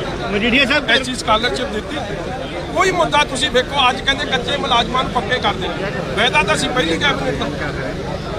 ਇਹ ਸਿਰਫ ਡਰਾਮਾ। ਪੇ ਕਮਿਸ਼ਨ ਕਿਉਂ ਨਹੀਂ ਲਾਗੂ ਹੋਇਆ? 5,000 ਕਰੋੜ ਉਹਨਾਂ ਦੇ ਭੱਤੇ ਕਿਉਂ ਰੋਕ ਕੇ ਬਹਿ ਗਏ ਆ? ਕਿਉਂ ਨਹੀਂ ਦੇ ਰਹੇ ਉਹਨਾਂ ਦੇ ਡੀਏ? ਇਹ ਸਾਰੇ ਮੁੱਦਿਆਂ ਤੇ ਤੁਸੀਂ ਵੇਖੋ। ਚਾਹੇ ਕਾਂਗਰਸ ਦੀ ਸਰਕਾਰ ਹੈ, ਅਲੀ ਬਾਬਾ ਬਦਲਤਾ, ਬਾਕੀ ਤਾਂ ਚੱਲ ਕੇ ਉੱਥੇ ਬੈਠੇ, ਕੋਈ ਚੇਂਜ ਤਾਂ ਨਹੀਂ। ਇਹ 80 MLA ਹੈ, ਇੱਕ ਪਾਸੇ ਹੋਇਆ, ਬਾਕੀ ਤਾਂ ਇਕੱਠੇ ਆ। ਗੱਲ ਤਾਂ ਉਹੀ ਕਾਂਗਰਸ ਦੀ ਸਰਕਾਰ ਹੈ ਜਿਨ੍ਹਾਂ ਨੇ ਜਦੋਂ ਉਹ ਸਾਡੇ ਐਡੀਸ਼ਨਲ ਚੀਫ ਸੈਕਟਰੀ ਸਾਹਿਬ ਗੁਰਕਿਰਪਾ ਸ਼ੰਕਰ ਸਰੋਜ ਨੇ ਇਨਕੁਆਇਰੀ ਕਰਕੇ ਕਿਹਾ ਕਿ ਧਰਮ ਸੋਧ ਗਿਲਟੀ ਹੈ, ਕਾਨੂੰਨੀ ਐਕਸ਼ਨ ਬਾਈਨੋ ਪਰਚਾ, ਉਹ ਵੀ ਪਹਿਲੇ ਵੀ ਕਲੀਨ ਚਿੱਟ ਦਿੰਦੇ ਸੀ, ਹੁਣ ਵਾਲੇ ਵੀ ਕਲੀਨ ਚਿੱਟ ਦੇ ਰਹੇ। ਉਨਕੀ ਸੁਭਾਅ ਸੋਚ ਕੋਈ ਮਜੀਠੀਆ ਸਾਹਿਬ ਦੀ ਉਮੀਦ ਕਰੀਏ ਜੀ ਕਿ ਅੰਦਰ ਮੁੱਦਿਆਂ ਤੇ ਬਹਿਸ ਹੋਵੇਗੀ ਔਰ ਯਾਰ ਲੋਕਾਂ ਨੇ ਦੇਖੋ ਜੀ, ਰੂਲਿੰਗ ਪਾਰਟੀ ਦੇ ਹੱਕ ਖਾਤੇ ਹੈ, ਉਹਨਾਂ ਦੀ ਗਿਣਤੀ ਵੱਧ ਹੈ। ਇਹਦਾ ਇਹ ਮਤਲਬ ਨਹੀਂ ਕਿ ਤੁਸੀਂ ਆਪੋਜੀਸ਼ਨ ਨੂੰ ਸਮਾਂ ਨਹੀਂ ਦਿਓ। ਜੇ ਸਾਰਥਕ ਮੈਚ ਕਰਾਉਣੀ ਹੈ ਫਿਰ ਸਾਨੂੰ ਕੋਈ ਟਾਈਮ ਨਹੀਂ। ਅੱਜ ਤੱਕ ਤੁਸੀਂ ਦੇਖੋ ਏਜੰਡੇ ਆਏ ਆ, ਕੱਲ ਦੇ ਜਿਹੜੀ ਲਿਸਟ ਪ੍ਰਿੰਟ ਹੋਈ ਹੈ ਉਹਦੇ 'ਚ ਨਾ ਬੀਪੀਏ ਦਾ ਜ਼ਿਕਰ, ਨਾ ਕਿਸਾਨੀ ਦਾ ਜ਼ਿਕਰ। ਲੁਕੋ ਕਿਉਂ ਰਹੇ ਹੋ? ਕਿਉਂਕਿ ਤੁਸੀਂ ਚਾਹੁੰਦੇ ਨਹੀਂ ਪਾਰਦਰਸ਼ੀ ਡਿਸਕਸ਼ਨ ਹੋਵੇ। ਤੁਹਾਨੂੰ ਪਤਾ ਜੇ ਸਾਨੂੰ ਵੀ ਮੌਕਾ ਮਿਲ ਜਾਂਦਾ ਰਾਤ ਦੀ ਤਿਆਰੀ ਦਾ, ਹੁਣ ਲੈ ਆਏ ਉਹ ਮੁੱਦੇ ਸਾਰੇ, ਕਿਉਂਕਿ ਜਾਨ ਬੁੱਝ ਕੇ ਲੁਕੋ ਕੇ ਰੱਖਣਾ, ਅੰਡਰ ਕਵਰ ਰੱਖਣਾ, ਨਹੀਂ ਤਾਂ ਫਸ ਜਾਾਂਗੇ। ਅੱਜ ਦੇ ਦਿਨ ਸਾਰੇ ਮੁੱਦਿਆਂ ਦੀ ਚਰਚਾ ਹੋ ਸਕਦੀ ਹੈ ਤੁਸੀਂ ਸਮਝਦੇ ਹੋ? ਕਦੇ ਅੱਜ ਤੱਕ ਵੇਖਿਆ 50 ਸਾਲ ਦੇ ਸੈਸ਼ਨ ਦੇ ਇਤਿਹਾਸ 'ਚ ਜਿੰਨੀ ਅੱਜ ਬਹਿਸ ਰੱਖ ਲਈ ਹਰ ਮੁੱਦੇ ਤੇ ਕਦੇ ਇੱਕ ਦਿਨ 'ਚ ਹੋਈ ਹੈ? ਕਦੇ ਖੁੱਲ ਕੇ 117 ਨੂੰ ਟਾਈਮ ਮਿਲ ਸਕਦਾ? 117 ਨੂੰ ਤਾਂ ਇੱਕ ਮੁੱਦੇ ਤੇ ਟਾਈਮ ਦੇ ਦੇਣ ਤਾਂ ਸਾਰਾ ਦਿਨ ਲੱਗ ਜਾਊ। ਸਪੀਕਰ ਸਾਹਿਬ ਨਾਲ ਗੱਲ ਕਰੋਗੇ ਕਿ ਸਪੀਕਰ ਸਾਹਿਬ ਨਾਲ ਗੱਲ ਤਾਂ ਬਹੁਤ ਕੀਤੀ ਹੈ। ਸਪੀਕਰ ਸਾਹਿਬ ਨੇ ਵੀ ਕਹਾ ਕਾਂਗਰਸ ਨੂੰ ਇਲੈਕਸ਼ਨ ਲੜਨੀ ਹੈ। ਸਪੀਕਰ ਸਾਹਿਬ ਦੇ ਵੀ ਆਪ ਮਜੀਠੀਆ ਸਾਹਿਬ ਕੱਲ ਤੁਸੀਂ ਵੇਖੋ ਵੱਡੀ ਗੱਲ, ਉਹ ਆਪ ਪਾਰਟੀ ਆ, ਸਾਡੀ ਗੱਲ ਸੱਚੀ ਹੋ ਗਈ ਕਿ ਕਾਂਗਰਸ ਦੀ ਬੀ ਟੀਮ ਹੈ। ਅੱਜ 8 MLA 22 ਗਿਣਤੀ ਕਾਂਗਰਸ 'ਚ ਚਲੇ ਗਏ ਔਰ ਜਿਹੜੇ 12 ਰਹਿ ਗਏ ਉਹਨਾਂ 'ਚ ਵੀ ਚਰਚਾ ਕਿ ਇਹਨਾਂ 'ਚ ਵੀ 4-5 ਤਿਆਰ ਨੇ ਤੇ ਦਿਲ ਤਾਂ ਹਲੇ ਸਭ ਦੇ ਉੱਥੇ। ਤੇ ਇਹਨਾਂ ਨੂੰ ਅੱਧਿਆ ਜਿਹੜੇ ਇਹਨਾਂ ਨੂੰ ਸ਼ੂਟ ਕਰਦੇ ਸੀ ਜਾਂ ਜਿਨ੍ਹਾਂ ਨੂੰ ਠੀਕ ਇਹਨਾਂ ਨੂੰ ਹਿਸਾਬ ਨਾਲ ਚੱਲਦੇ ਸੀ ਉਹ ਤਾਂ ਅੰਦਰ ਰੱਖ ਲਏ ਸੈਸ਼ਨ ਦੇ, ਉਹਨਾਂ ਅਸਤੀਫਾ ਪ੍ਰਵਾਨ ਨਹੀਂ। ਜਿਹੜਾ ਇਹਨਾਂ ਦੇ ਨਹੀਂ ਸ਼ੂਟ ਕਰਦਾ ਸੀ ਉਹਦਾ ਅਸਤੀਫਾ ਪ੍ਰਵਾਨ ਕਰ ਲਿਆ। ਮਤਲਬ ਮਜ਼ਾਕ ਕਨਸਟੀਟਿਊਸ਼ਨ ਦੀ ਤਾਂ ਧੱਜੀਆਂ ਉਡਾਈਆਂ ਗਈਆਂ। ਜਦ ਕੋਈ ਆਪਦੀ ਪੈਰੈਂਟ ਪਾਰਟੀ ਛੱਡਦਾ, ਸ਼ਡਿਊਲ 10 ਬੜਾ ਕਲੀਅਰਲੀ ਕਹਿੰਦਾ ਹੈ ਕਿ ਹੀ ਸੀਜ਼ਸ ਟੂ ਬੀ ਅ ਮੈਂਬਰ। ਲੋਕਾਂ ਦੀ ਭਾਵਨਾ ਦਾ ਵੀ ਖਿਲਵਾੜ ਹੋਇਆ, ਕਿਉਂਕਿ ਜਦ ਉਹਨੇ ਲੋਕਾਂ ਦੀ ਵੋਟ ਨਾਲ ਧੋਖਾਧੜੀ ਕਰਤੀ, ਉਹਨੂੰ ਰਿਜ਼ਾਈਨ ਉਹਦਾ ਐਕਸੈਪਟ ਕਰੋ, ਇਲੈਕਸ਼ਨ ਕਰਾਓ। 3 ਸਾਲ ਇਲੈਕਸ਼ਨ ਨਹੀਂ ਹੋਈ, ਬਹਿੰਦੇ ਇੱਧਰ ਹੈ। ਹੁਣ ਰੂਬੀ ਜੀ ਅੱਜ ਜਿਵੇਂ ਕੱਲ ਅਸਤੀਫਾ ਦੇ ਕੇ ਗਏ ਸਤਿਕਾਰਯੋਗ ਨੇ, ਹੁਣ ਉਹ ਬੈਠਣਗੇ ਕਿੱਥੇ? ਜਿੱਥੇ ਕੱਲ ਪ੍ਰੈਸ ਕਾਨਫਰੰਸ 'ਚ ਜਿਨ੍ਹਾਂ ਨਾਲ ਬੈਠੇ ਸੀ ਇੱਧਰ ਬੈਠਣਗੇ। ਤੇ ਫਿਰ ਇਹ ਸਾਰੀ ਕਾਂਗਰਸ ਹੀ ਹੋ ਗਈ। ਇਹਨਾਂ ਨੇ ਤਾਂ ਵਿਰੋਧ ਕਰਨਾ ਹੀ ਨਹੀਂ ਉਹਨਾਂ ਦਾ ਕਿਸੇ ਮੁੱਦੇ ਖੈਰਾ ਸਾਹਿਬ ਵਾਵਾ ਪਹਿਲਾਂ ਬੋਲਦੇ ਰਹੇ ਨੇ ਪਰ ਉਹਨਾਂ ਦਾ ਅਸਤੀਫਾ ਮਨਜ਼ੂਰ ਹੋ ਗਿਆ, ਹਾਲਾਂਕਿ ਉਹ ਧਿਰ ਵੀ ਦੂਜੀ ਹੋ ਗਈ ਸੀ। ਨਹੀਂ, ਖਹਿਰਾ ਸਾਹਿਬ ਦੀ ਮਜਬੂਰੀ ਦਾ ਅਸਤੀਫਾ ਪ੍ਰਵਾਨ ਹੋਣ ਦਾ ਕਾਰਨ ਤਾਂ ਉਹਨਾਂ ਦੀ ਜਿਹੜੀ ਇੰਟਰਨਲ ਪੋਲਿਟਿਕਸ ਹੈ ਨਾ ਕਾਂਗਰਸ ਦੀ, ਉਹ ਵੀ ਹੋ ਗਈ। ਰਾਣਾ ਗੁਰਜੀਤ ਜੀ ਮਿਨਿਸਟਰ ਬਣ ਗਏ ਤੇ ਫਿਰ ਉਹਨਾਂ ਦਾ ਪ੍ਰਵਾਨ ਕਰਤਾ ਕਿ ਕੱਢੋ ਇਹ ਤਾਂ ਇਹਨਾਂ ਦੀ ਅੰਦਰਲੀ ਖੇਡ ਆ। ਬਟ ਮੈਂ ਉਹ ਗੱਲ ਤੇ ਨਹੀਂ ਜਾ ਰਿਹਾ, ਮੈਂ ਕਹਿੰਦਾ ਕਿ ਉਹ ਮੈਰਿਟ ਫੈਸਲਾ ਹੋਵੇ। ਮੈਰਿਟ ਤੇ ਜਿਹਨੇ ਆਪ ਤੋਂ ਲੜ ਕੇ ਆਇਆ, ਜੇ ਅਸਤੀਫਾ ਦੇ ਕੇ ਤਾਂ ਅੰਦਰ ਹੱਕ ਹੀ ਨਹੀਂ ਉਹਦਾ। ਸਿੱਧੂ ਸਾਹਿਬ ਅੱਜ ਸਾਹਮਣੇ ਨਜ਼ਰ ਆਉਣਗੇ, ਪ੍ਰਧਾਨ ਵੀ ਨੇ ਤੇ ਵਿਧਾਇਕ ਵੀ ਨੇ। ਚਲੋ ਆਪ ਦੇ ਨਾਲ ਅੱਗੇ ਬਿਠਾ ਲੈਣ, ਪਤਾ ਨਹੀਂ ਪਿੱਛੇ ਜੇ ਬਿਠਾ ਦਿੰਦੇ ਆ ਕੰਮ ਨਾ ਕਰਨ। ਉਹ ਵਿਚਾਰੇ ਨੂੰ ਤਾਂ ਹੀ ਤਾਂ ਸ਼ੌਕ ਆ ਫੋਟੋ ਟੋਕੀ ਜਾਵੇ, ਅੱਜ ਕੱਲ੍ਹ ਤੇ 2-4 ਉੱਤੇ ਹੋ ਜਾਣ ਤੇ ਹਰ ਗੱਲ ਤੇ ਭਾਈ ਇਹਦੇ ਕਰਕੇ ਆ ਤੇ ਇਹਦੇ ਤੋਂ ਰਾਜੀ ਇਹ ਸਮਝਦੇ ਨਹੀਂ। ਤੁਹਾਡੇ ਨਾਲ ਪਿਆਰਾ ਟਾਈ ਨਾ ਪੈ ਜੇ। ਆ ਤੇਰੇ ਨਾਲ ਵੀ ਆ ਭਰਾ, ਮੇਰੇ ਨਾਲ ਵੀ ਪਿਆਰ ਕਿਉਂ ਮਾੜੀ ਗੱਲ। ਮਜੀਠੀਆ ਸਾਹਿਬ ਕੱਲ ਨਾਲ ਹੋਣਾ ਚਾਹੀਦਾ। ਮਜੀਠੀਆ ਸਾਹਿਬ ਕੱਲ ਰਾਜਾ ਵੜਿੰਗ ਕਹਿੰਦੇ ਕਿ ਅਹਿਮਦ ਸ਼ਾਹ ਅਬਦਾਲੀ ਦੀ ਸਰਕਾਰ ਸੀ। ਰਾਜਾ ਵੜਿੰਗ ਕਹਿੰਦੇ ਕਿ ਪਿਛਲੀ ਸਰਕਾਰ ਅਹਿਮਦ ਸ਼ਾਹ ਅਬਦਾਲੀ ਦੀ ਸਰਕਾਰ ਸੀ। ਅਹਿਮਦ ਸ਼ਾਹ ਅਬਦਾਲੀ ਨੇ ਪੰਜਾਬ ਸਰਕਾਰ ਮੁਰਦਾਬਾਦ ਮੁਰਦਾਬਾਦ ਮੁਰਦਾਬਾਦ ਕਿਤੇ ਵਾਅਦੇ ਪੂਰੇ ਕਰੋ ਮਜ਼ਦੂਰ ਕਰਮੇਤਾ ਜਿੰਦਾਬਾਦ ਜਿੰਦਾਬਾਦ ਜਿੰਦਾਬਾਦ ਸ਼੍ਰੋਮਣੀ ਅਕਾਲੀ ਦਲ ਜਿੰਦਾਬਾਦ ਜਿੰਦਾਬਾਦ ਜਿੰਦਾਬਾਦ ਜੰਨੀ ਸਰਕਾਰ ਨੇ ਕੀਤਾ ਕੀ ਹੇਰਾ ਫੇਰੀ 420 ਜੰਨੀ ਸਰਕਾਰ ਨੇ ਕੀਤਾ ਕੀ ਹੇਰਾ ਫੇਰੀ 420 ਜੰਨੀ ਸਰਕਾਰ ਹਾਏ ਹਾਏ ਹਾਏ ਹਾਏ ਹਾਏ ਹਾਏ ਸਿੱਧੂ ਚੰਨੀ ਹਾਏ ਹਾਏ ਹਾਏ ਹਾਏ ਹਾਏ ਹਾਏ ਸਿੱਧੂ ਚੰਨੀ ਹਾਏ ਹਾਏ ਹਾਏ ਹਾਏ ਹਾਏ ਹਾਏ ਇਹ ਸਰਕਾਰ ਡੂਮ ਮਰੋ ਡੂਮ ਮਰੋ ਡੂਮ ਮਰੋ ਇਹ ਸਰਕਾਰ ਡੂਮ ਮਰੋ ਡੂਮ ਮਰੋ ਡੂਮ ਮਰੋ ਥੋੜਾ ਸਰ ਯਾਰ ਫੋਟੋ ਕਰਾਓ ਸਰ ਉਹ ਯਾਰ ਬੁਲਾਉਣੇ ਸਰ ਫੋਟੋ ਨਹੀਂ ਕਰਾਓ ਵੇਟ ਕਰੀ ਜਾ ਰਹੇ ਸਾਰੇ ਨੇ ਖੜੇ ਆ ਖੜੇ ਜੀ ਬੈਨਰ ਖੜੇ ਆ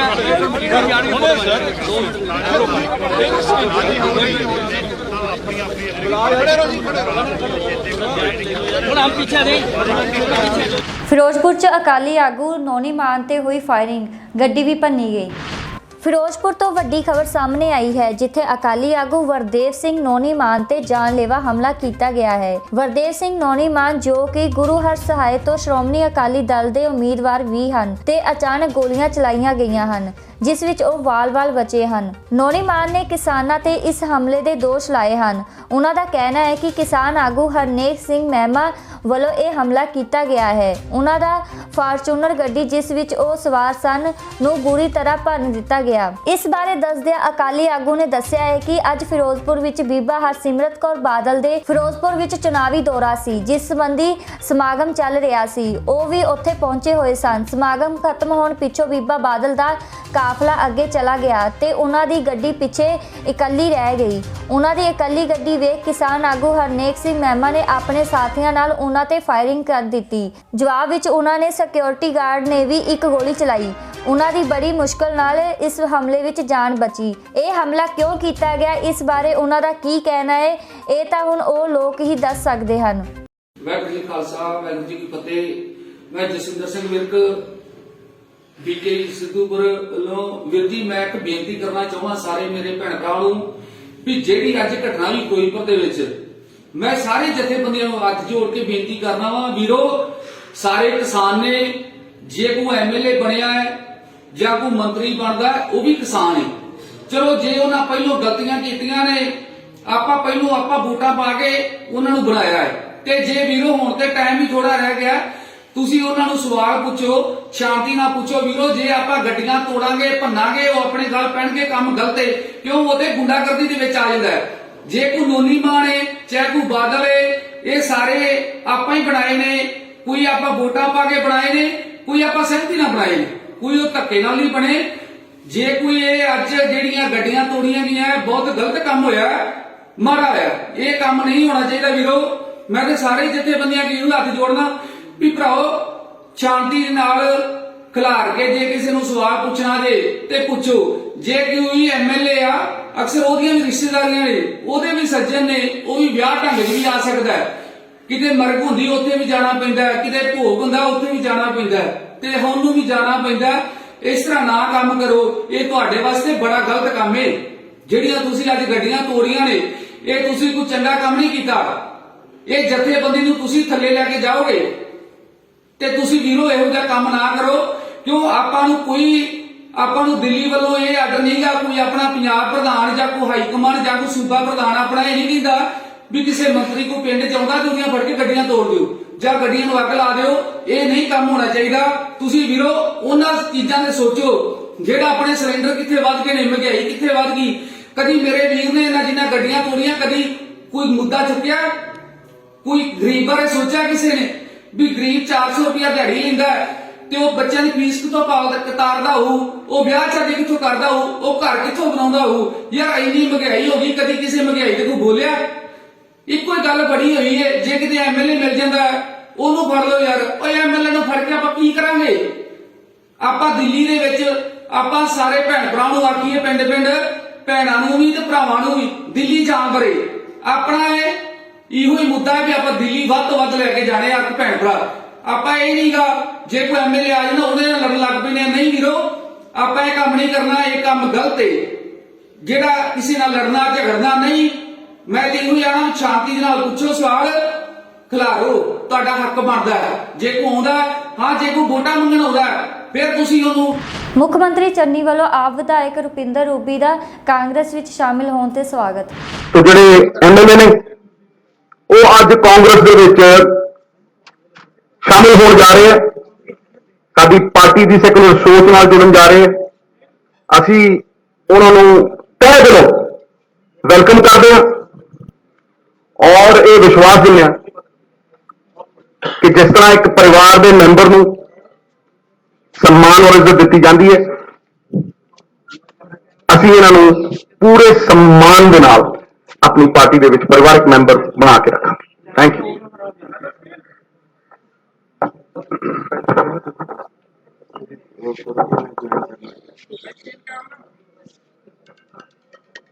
सब तो पहला मैं श्रीमती सोनिया गांधी जी, श्री राहुल गांधी जी, प्रियंका गांधी जी, हरीश चौधरी जी, साडे बहुत ही सत्कारयोग सीएम चरणजीत सिंह चन्नी जी, पीपीसीसी प्रधान नवजोत सिंह सिद्धू जी, सरदार मनप्रीत सिंह बादल जी, लखवीर लखा जी, अमरिंदर सिंह राजा वड़िंग जी, प्रगट सिंह जी ते होर जिन्नी भी कैबिनेट है, सारी कैबिनेट का तहे दिलों धन्नवाद करदी हां कि अज मैनू बहुत ही सुभाग प्राप्त होया कि मैं कांग्रेस पार्टी दे विच शामिल हो रही है।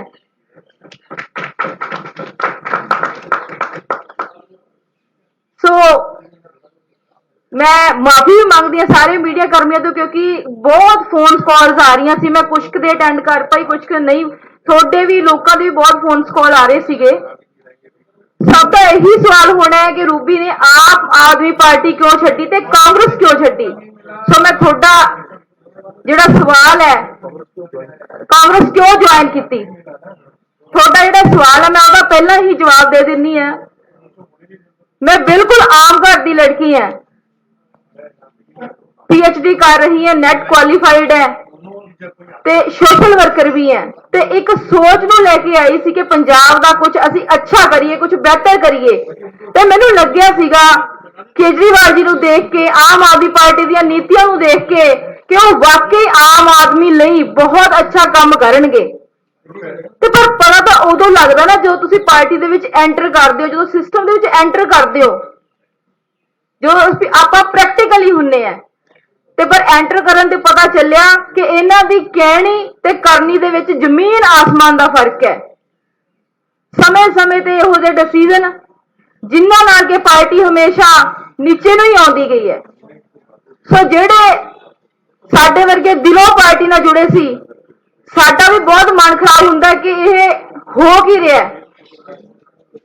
सो तां करके मैं आम आदमी पार्टी छड्डी है, क्योंकि ਉਹਦੇ ਵਿੱਚ आम लोगों ਲਈ ਜਾਂ पंजाब के लोगों ਲਈ ਤਾਂ कुछ काम ही नहीं हो रहा। ਤੇ ਹੁਣ ਤੁਹਾਡਾ सवाल होगा कि कांग्रेस क्यों ज्वाइन की।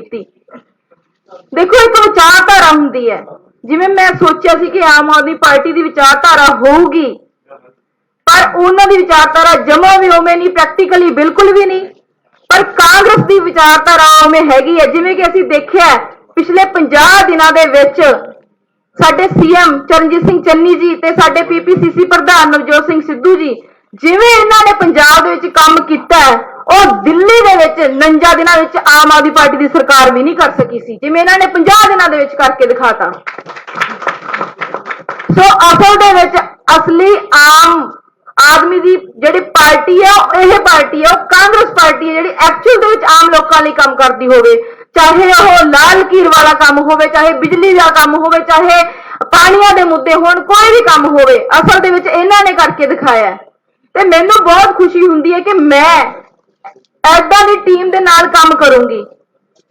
ਸੋ ਮੈਂ ਇਹੀ ਮੁੱਦੇ ਲੈ ਕੇ, ਇਹੀ ਸੋਚ ਲੈ ਕੇ ਅੱਜ ਕਾਂਗਰਸ ਪਾਰਟੀ ਜੁਆਇਨ ਕੀਤੀ ਹੈ ਤੇ ਮੈਨੂੰ ਬਹੁਤ ਖੁਸ਼ੀ ਵੀ ਹੋ ਰਹੀ ਹੈ। ਤੇ ਨਾਲ ਹੀ ਮੈਨੂੰ ਇਹ ਵੀ ਖੁਸ਼ੀ ਹੈ, ਦੇਖੋ ਸਾਡੇ ਜਿਹੜੇ ਕਾਂਗਰਸ ਪਾਰਟੀ ਦੇ ਮੇਨ ਸਾਡੇ ਜਿਹੜੇ ਸੁਪਰੀਮੋ ਨੇ, ਉਹ ਇੱਕ ਲੇਡੀ ਹੈ ਮੈਡਮ ਸ਼੍ਰੀਮਤੀ ਸੋਨੀਆ ਗਾਂਧੀ ਜੀ ਹੈ। ਤੇ ਜਿਵੇਂ ਇੱਕ ਔਰਤ ਪੂਰੇ ਪਰਿਵਾਰ ਦੇ ਵਿੱਚ ਬੈਲੈਂਸ ਰੱਖਦੇ ਆ, ਉਵੇਂ ਉਹਨਾਂ ਨੇ ਪਾਰਟੀ ਦੇ ਵਿੱਚ ਵੀ ਪੂਰਾ ਬੈਲੈਂਸ ਰੱਖਿਆ ਹੋਇਆ ਹੈ। ਤੇ ਨਾਲ ਹੀ ਪ੍ਰਿਯੰਕਾ ਗਾਂਧੀ ਜੀ, ਜਿਨ੍ਹਾਂ ਨੇ ਔਰਤਾਂ ਨੂੰ ਯੂਪੀ ਦੇ ਵਿੱਚ ਵੀ 40% ਕੋਟਾ ਦਿੱਤਾ ਹੈ ਰਾਜਨੀਤੀ ਦੇ ਵਿੱਚ। ਤੇ ਬਹੁਤ ਇਹ ਅੱਛੀ ਗੱਲ ਹੈ ਕਿ ਔਰਤਾਂ ਨੂੰ ਇੰਨੀ ਅਹਿਮੀਅਤ ਦਿੱਤੀ ਜਾਂਦੀ ਹੈ, ਇੰਨੀ ਰਿਸਪੈਕਟ ਦਿੱਤੀ ਜਾਂਦੀ ਹੈ। ਸੋ ਇਸ ਕਰਕੇ ਮੈਂ ਚਾਹੇ ਯੂਥ ਹੈ ਪੰਜਾਬ ਦਾ, ਚਾਹੇ ਸਾਰੀਆਂ ਲੇਡੀਜ਼ ਨੇ, ਚਾਹੇ ਐਸਸੀ ਵਰਗ ਹੈ, ਮੈਂ ਸਾਰਿਆਂ ਨੂੰ ਕਹੂੰਗੀ ਕਿ ਅਸਲ ਕੰਮ ਜਿਹੜਾ ਆਮ ਆਦਮੀ ਲਈ ਕਰਨਾ ਸੀ ਉਹ ਕਾਂਗਰਸ ਪਾਰਟੀ ਕਰ ਰਹੀ ਹੈ ਤੇ ਉਹ ਵੀ ਵੱਧ ਤੋਂ ਵੱਧ ਕਾਂਗਰਸ ਦੀ ਪਾਰਟੀ ਨੂੰ ਜੁਆਇਨ ਕਰਨ, ਕਿਉਂਕਿ ਐਕਚੁਅਲ ਕੰਮ ਇਹ ਕਰ ਰਹੇ ਨੇ। ਧੰਨਵਾਦ।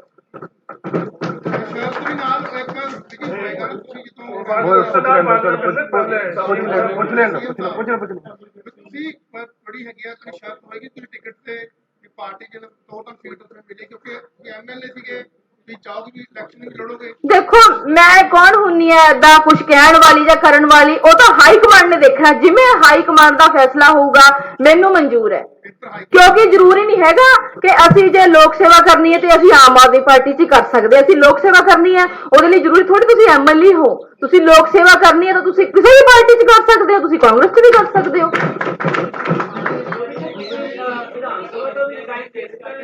ਨਹੀਂ, ਉਹ ਵੀ ਜਲਦੀ ਸਪੀਕਰ ਸਾਹਿਬ ਨਾਲ ਗੱਲ ਕਰਕੇ ਜਿਵੇਂ ਲੀਗਲੀ ਹੋਊਗਾ ਮੈਂ ਦਊਂਗੀ। ਚੀਮਾ ਜੀ ਕਹਿੰਦੇ ਨੇ ਕਿ ਤੁਹਾਨੂੰ ਟਿਕਟ ਨਹੀਂ ਦੇ ਰਹੇ, ਜੋ ਬਾਰ-ਬਾਰ ਕਹਿ ਰਹੇ ਨੇ, ਤੇ ਉਹ ਤਾਂ ਉਹ ਰੂਪੀ ਨੇ ਜਿਹੜੀ ਪਾਰਟੀ ਨੂੰ ਅਲਵਿਦਾ ਕੀਤਾ।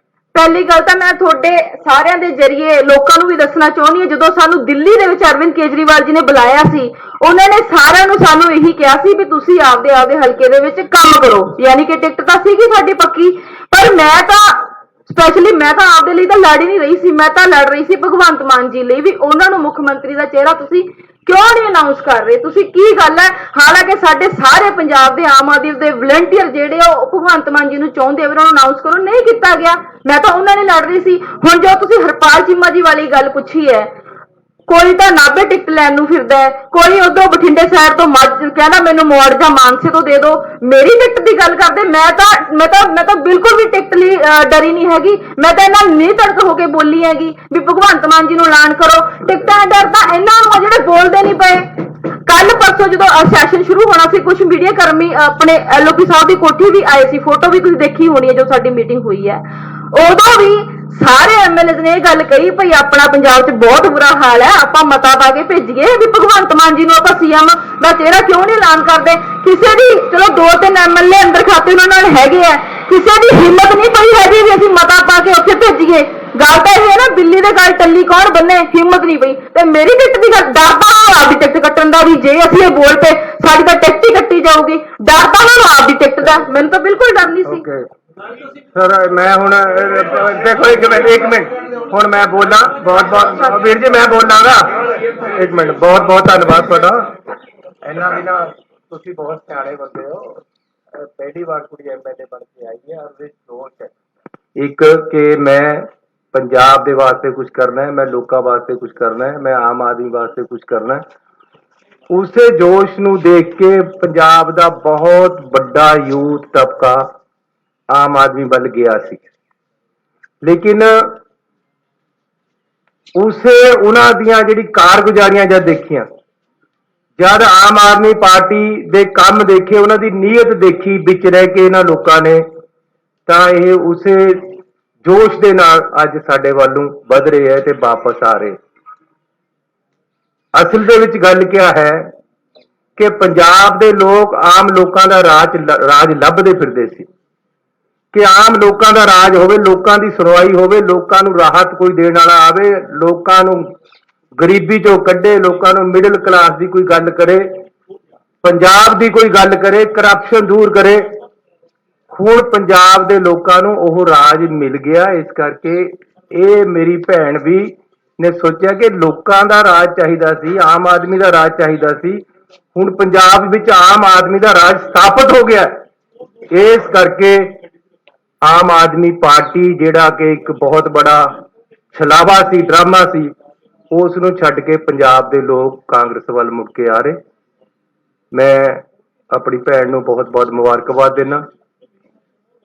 ਉਹ ਗਿੱਧੇ ਵਿੱਚ ਮੇਰੀ ਮਾਂ ਇੱਕ ਬੋਲੀ ਪਾਏ ਕਰਦੀ ਸੀ, ਕਹਿੰਦੀ ਵਧਾਈਆਂ ਭੈਣੇ ਤੈਨੂੰ, ਵਧਾਈਆਂ ਨਹੀਂ, ਵਧਾਈਆਂ ਤੇਰੇ ਆਕ ਨੂੰ, ਤੇਰੇ ਸਾਕ ਨੂੰ, ਤੇਰੇ ਮਾਂ ਬਾਪ ਨੂੰ ਜਿਹਨੇ ਰੱਖਿਆ ਰੁੱਬੀ ਨਾ। तो बहुत बहुत शुभकामनावां। एक अच्छी सोच दे नाल, पढ़ी लिखी कुड़ी है, PhD की हुई है, कर रही है, ते एक सोच है कि पंजाब की सेवा करनी है, ना टिकट मिले ना मिले।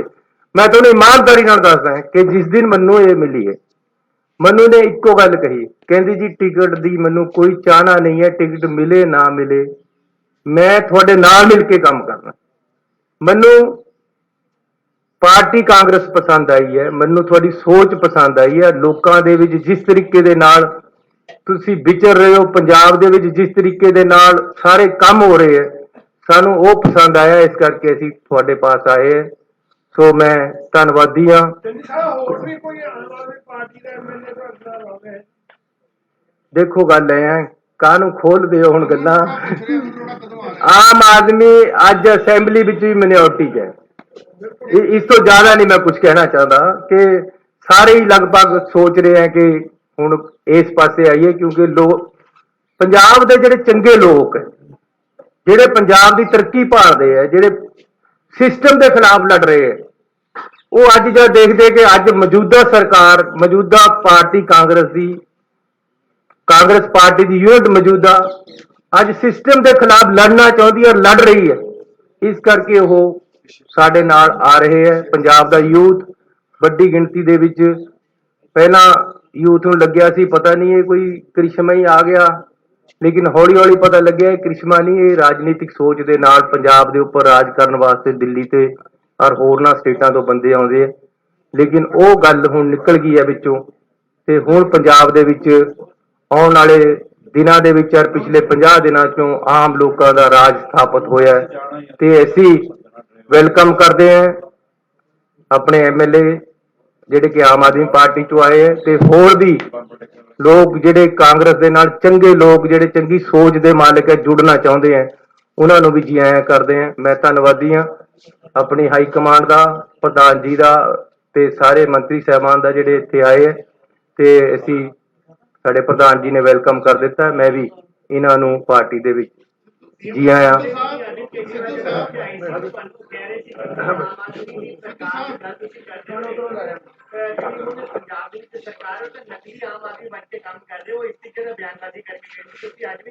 मेरी गल सुनो यार, तुसी मन्नू वो कहंदा भी नकली आम आदमी है, उन्होंने क्या पता भी सन्नी क्या हुंदी है, धार क्या हुंदी, ते किवें चोई दी है। उन्हें कदे घर दे विच मੱਝਾਂ रखियां? मन्नू सुनो एक मिनट, मन्नू धार भी चोनी आउंदी है, मन्नू सन्नी भी करनी आउंदी है।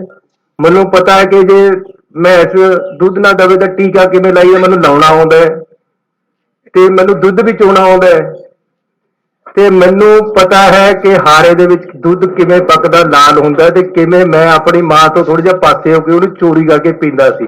इस करके आम आदमी किस तरह रहिंदा है, किस तरह अपने पिंडे ते गर्मी हटाउंदा है, किस तरह जट नूं अपने कच्चे कोठे च गर्मी लगदी है, ते असीं छत पर जाके अपना मंजा बिछा के थल्ले पहला हेठली चादर नूं गिल्ली करदे, फिर उपर गिल्ली करके पग लैंदे हैं कि सानूं मच्छर भी ना लड़े ते साडी रात भी ठंडी ठंडी कट हो जाए।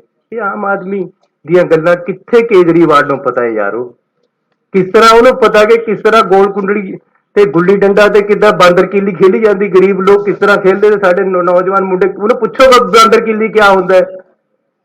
ਇਹ ਚੀਜ਼ਾਂ ਦਾ ਕਿੱਥੇ ਪਤਾ ਉਹਨਾਂ ਨੂੰ, ਕਿਸੇ ਦਿਨ ਪੁੱਛ ਲਈ ਕਿ ਬਾਂਦਰ ਕਿੱਲੀ ਕਿਸ ਤਰ੍ਹਾਂ ਖੇਲਦੇ ਆ, ਉਹਨੂੰ ਕਿਆ ਪਤਾ ਹੈ। ਇਸ ਕਰਕੇ ਆਮ ਆਦਮੀ ਨੂੰ ਹੀ ਇਹ ਗੱਲਾਂ ਪਤਾ ਹੈ। ਪੰਜਾਬ ਦਾ ਨੌਜਵਾਨ ਮਜੀਠੀਆ ਨਾਲ ਤਕਰਾਰ ਤੋਂ ਬਾਅਦ ਨਵਜੋਤ ਸਿੱਧੂ ਨੇ ਕੀਤੀ ਪ੍ਰੈਸ ਕਾਨਫਰੰਸ। ਕੋਈ ਗੱਲ ਨਹੀਂ, ਕੋਈ ਨਹੀਂ, ਬੜੇ ਚੰਗੇ ਬੜੇ ਚੰਗੇ ਟਾਈਮ ਦੇ ਉੱਤੇ ਤੁਸੀਂ ਮੈਨੂੰ ਵਾਰਨ ਕਰਤਾ।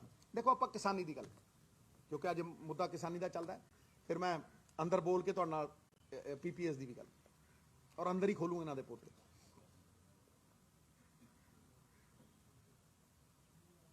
ਲਾਸਟ 5 ਸਾਲ ਤੋਂ ਮੈਂ ਕਹਿ ਰਿਹਾ ਕਿ ਜੋ ਧਰਨੇ ਲੱਗ ਰਹੇ ਨੇ, ਜੋ ਇਹ ਕਿਸਾਨੀ ਮੂਵਮੈਂਟ ਹੈ, ਇਹ ਸਿੰਪਟਮ ਨੇ, ਇਲਾਜ ਨਹੀਂ ਹੈ। ਜੇ ਕਿਸਾਨੀ ਕਾਨੂੰਨ ਅਸੀਂ ਰੱਦ ਕਰਾ ਵੀ ਲੈ, ਕਰਾਂਗੇ, ਰੱਦ ਹੋ ਜਾਣਗੇ। ਅੱਜ ਵੀ ਸੁਸਾਈਡ ਚੱਲ ਰਹੇ, ਤਾਂ ਵੀ ਇਹ ਗਾਰੰਟੀ ਨਹੀਂ ਕਰਦਾ ਕਿ ਕਿਸਾਨੀ ਉੱਠ ਖੜੂਗੀ। ਤੁਸੀਂ ਦੱਸ ਦਿਓ ਜੋ ਮੈਂ ਕਹਿ ਰਿਹਾ ਉਹ ਸਹੀ ਹੈ ਕਿ ਨਹੀਂ। ਆਮਦਨ ਘਟ ਰਹੀ ਹੈ ਸਾਹਿਬ, ਆਮਦਨ ਘਟ ਰਹੀ ਹੈ, ਕਰਜ਼ਾ ਵੱਧ ਰਿਹਾ, ਪਾਣੀ ਡਾਊਨ ਹੋ ਰਿਹਾ, ਤੇ 20 ਸਾਲ ਤੋਂ ਚੱਲ ਰਿਹਾ। Therefore I am saying ਕਿ protests and farm suicides are symptoms of the ongoing agriculture crisis। ਇਹ ਖਤਰੇ ਦੀਆਂ ਘੰਟੀਆਂ ਨੇ ਕਿ ਲੋਕ ਵਿਸ਼ਵਾਸ ਖੋ ਚੁੱਕੇ। ਮੈਂ ਪੁੱਛਣਾ ਚਾਹੁੰਦਾ, ਔਰ ਮੈਂ ਗੱਲ ਪਾਰਟੀਆਂ ਤੋਂ ਉੱਤੇ ਉੱਠ ਕੇ ਕਰ ਰਿਹਾ, ਪੰਜਾਬ ਦੀ ਕਰ ਰਿਹਾ, ਮੈਂ ਪੁੱਛਣਾ ਚਾਹੁੰਦਾ ਐਗਰੀਕਲਚਰ ਪਾਲਿਸੀ ਸਟੇਟ ਦੀ ਲਾਸਟ 20 ਸਾਲਾਂ ਤੋਂ ਇਹ ਜੀ ਕਿਹੜੀ ਪਾਲਿਸੀ ਆਈ ਹੈ ਜਿਹਨੇ ਕਿਸਾਨੀ ਦੀ ਪ੍ਰੋਡਕਟਿਵਿਟੀ ਨੂੰ ਵਧਾਉਣ ਦੀ ਗੱਲ ਕੀਤੀ ਹੋਵੇ? ਇੱਕ ਦੱਸ ਦਿਓ, ਪਿਛਲੇ 20 ਸਾਲਾਂ 'ਚ ਇੱਕ ਦੱਸ ਦਿਓ ਜਿਹੜੀ ਕਿਸਾਨੀ ਦੀ ਪ੍ਰੋਡਕਟਿਵਿਟੀ ਨੂੰ ਵਧਾਉਂਦੀ ਹੋਵੇ। ਇੱਕ ਦੱਸ ਦਿਓ। ਕੋਈ ਮਾਰਕੀਟਿੰਗ ਟ੍ਰੇਡਿੰਗ ਫੈਸਿਲਿਟੀ ਵਧਾਉਣ ਦੀ ਗੱਲ ਕੀਤੀ ਹੋਵੇ ਕਿਸੇ ਨੇ?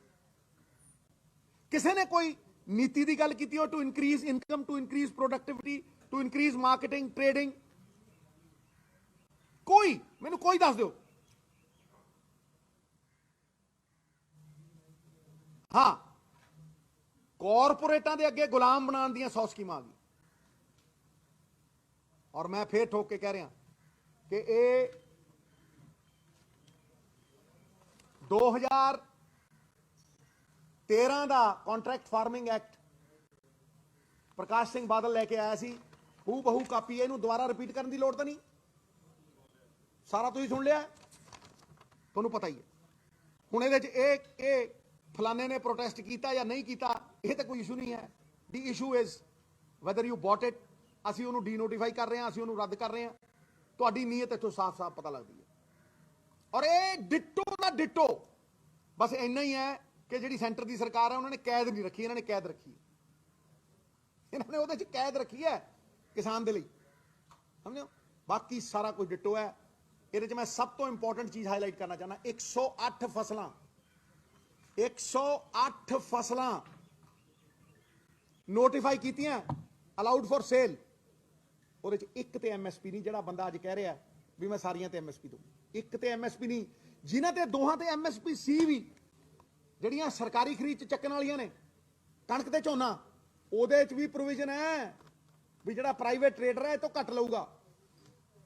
ਇਹ ਗੱਲ ਕਰਦੇ ਆ ਕਿਸਾਨੀ ਦੀ। ਹਾਂਜੀ, ਮਤਲਬ ਇਟ ਇਜ਼, ਇਸ ਤੋਂ ਵੱਡਾ ਕੋਈ ਪ੍ਰੂਫ ਨਹੀਂ। 3 ਥਾਵਾਂ ਤੇ ਸਾਈਨ ਕੀਤੇ ਹਰਸਿਮਰਤ ਨੇ, 3 ਥਾਵਾਂ ਤੇ ਐਜ਼ ਮਿਨਿਸਟਰ, ਆਰਡੀਨੈਂਸਾਂ ਤੇ ਸਾਈਨ ਕੀਤੇ, ਫਿਰ ਕੈਬਨਿਟ 'ਚ ਸਾਈਨ ਕੀਤੇ, 3 ਥਾਵਾਂ ਤੇ ਮੁੱਕਰਦੇ ਦਿਖਾਓ। ਸੁਖਬੀਰ ਪ੍ਰੈਸ ਕਾਨਫਰੰਸਾਂ ਕਰਦਾ, ਵੱਡਾ ਬਾਦਲ ਪ੍ਰੈਸ ਕਾਨਫਰੰਸਾਂ ਕਰਦਾ, ਅੱਜ ਕਹਿੰਦੇ ਕਿਸਾਨੀ ਕਾਨੂੰਨ ਦੇ ਅਸੀਂ ਉਹ ਕਰਾਂਗੇ, ਤਾਂ ਹੀ ਇਹਨਾਂ ਨੇ ਦਿੱਤਾ। ਮੈਂਦੀ ਮਨਸ਼ਾ ਦੀ ਗੱਲ ਕਰਨਾ। ਅੱਜ ਅਸੀਂ ਕਹਿੰਦੇ ਆ ਕਿ 3 ਬਲੈਕ ਲਾਅ ਕਦੇ ਇੰਪਲੀਮੈਂਟ ਨਹੀਂ ਹੋਣਗੇ। ਮੈਂ ਅੰਦਰ ਵੀ ਕਿਹਾ ਲੇਕਿਨ ਕੀ ਪੰਜਾਬ ਨੇ ਕਦੇ ਸੋਚਿਆ ਕਿ ਜੋ ਅਸੀਂ ਖਾਂਦੇ ਹਾਂ ਉਹ ਅਸੀਂ ਉਗਾਉਂਦੇ ਹਾਂ ਕਿਤੇ? ਮੈਨੂੰ ਦੱਸ ਦਿਓ, ਕਿਸੇ ਨੇ ਪੰਜਾਬ ਦੇ ਵਿੱਚ ਰਾਈਸ ਤੇ ਜਿਹੜੀ ਡਿਪੈਂਡੈਂਸ ਹੈ ਉਹ ਤੋਂ ਪਾਸੇ ਹੋਣ ਦੀ ਗੱਲ ਕੀਤੀ ਹੈ? ਕੋਈ ਪਾਲਿਸੀ ਲਿਆਂਦੀ ਹੈ? ਕੋਈ ਐਸੀ ਫਸਲ ਦੀ ਇਨਸੈਂਟਿਵ ਦਿੱਤੀ ਹੈ ਕਿ ਅਸੀਂ ਰਾਈਸ ਤੋਂ ਪਾਸੇ ਹੋ ਜਾਈਏ? ਮੈਂ ਕਹਿ ਰਿਹਾ ਤੁਹਾਨੂੰ, ਕਿਉਂਕਿ ਇਹੀ ਪੰਜਾਬ ਮਾਡਲ ਦੇ ਵਿੱਚ ਪਾਲਿਸੀ ਹੈ ਕਿਸਾਨੀ ਨੂੰ ਖੜਾ ਕਰਨ ਦੀ। ਔਰ ਇਹਦੇ ਵਿੱਚ ਕੋਈ ਕਿਸਾਨ ਵੀਰ ਮੇਰੇ ਨਾਲ ਬੈਠ ਜੇ ਤੇ ਮੈਂ ਉਹਦੇ ਨਾਲ ਬੈਠ ਕੇ ਕਹੂੰਗਾ ਵੀ ਜੇ ਉਹ ਬਿਹਤਰ ਕਰ ਸਕਦਾ ਮੈਂ ਉਹਦੇ ਮਗਰ ਤੁਰੂ। ਪਰ ਇਹ ਕਰਾਂਗੇ। ਮੈਂ ਅੱਗੇ ਤੁਹਾਨੂੰ ਕਹਿ ਰਿਹਾ, ਸੁਣ ਲਓ,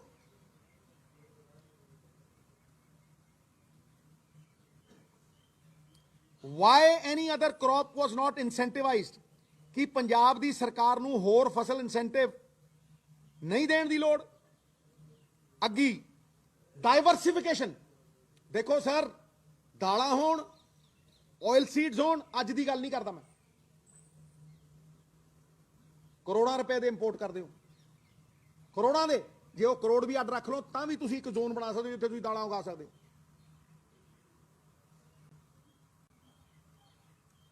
ਉਹ ਸਾਡੇ ਅਧਿਕਾਰ ਖੋਹਦੇ ਆ, ਔਰ ਇਹ ਕੈਟੇਗੋਰੀਕਲ ਸਟੇਟਮੈਂਟ ਹੈ ਮੇਰੀ। ਉਹ ਸਾਡੇ ਅਧਿਕਾਰ ਖੋਹਦੇ ਆ ਔਰ ਸਾਡੇ ਅਧਿਕਾਰ ਖੋਹ ਕੇ ਉਹ ਕਾਨੂੰਨ ਬਣਾਉਂਦੇ ਆ। ਉਹ ਸਾਡੇ ਅਧਿਕਾਰ ਨੇ, ਅਸੀਂ ਖੇਤੀ ਤੇ ਕਾਨੂੰਨ ਬਣਾਏ। ਦੱਸੋ ਕਿਹੜਾ ਕਾਨੂੰਨ ਬਣਾਇਆ ਪੰਜਾਬ ਨੇ ਅੱਜ ਤੱਕ? ਚਲੋ ਦੱਸੋ ਕਿ ਪੰਜਾਬ ਨੇ ਖੇਤੀ ਨੂੰ ਚੁੱਕਣ ਵਾਸਤੇ ਪਿਛਲੇ 25 ਸਾਲਾਂ 'ਚ ਕਿਹੜਾ ਕਾਨੂੰਨ ਬਣਾਇਆ ਭਾਈ? ਨੇਮ ਵਨ, ਨੇਮ ਵਨ। ਫਿਰ ਕਹਿੰਦੇ ਖੇਤੀ ਚੱਕਦੇ ਹੋ।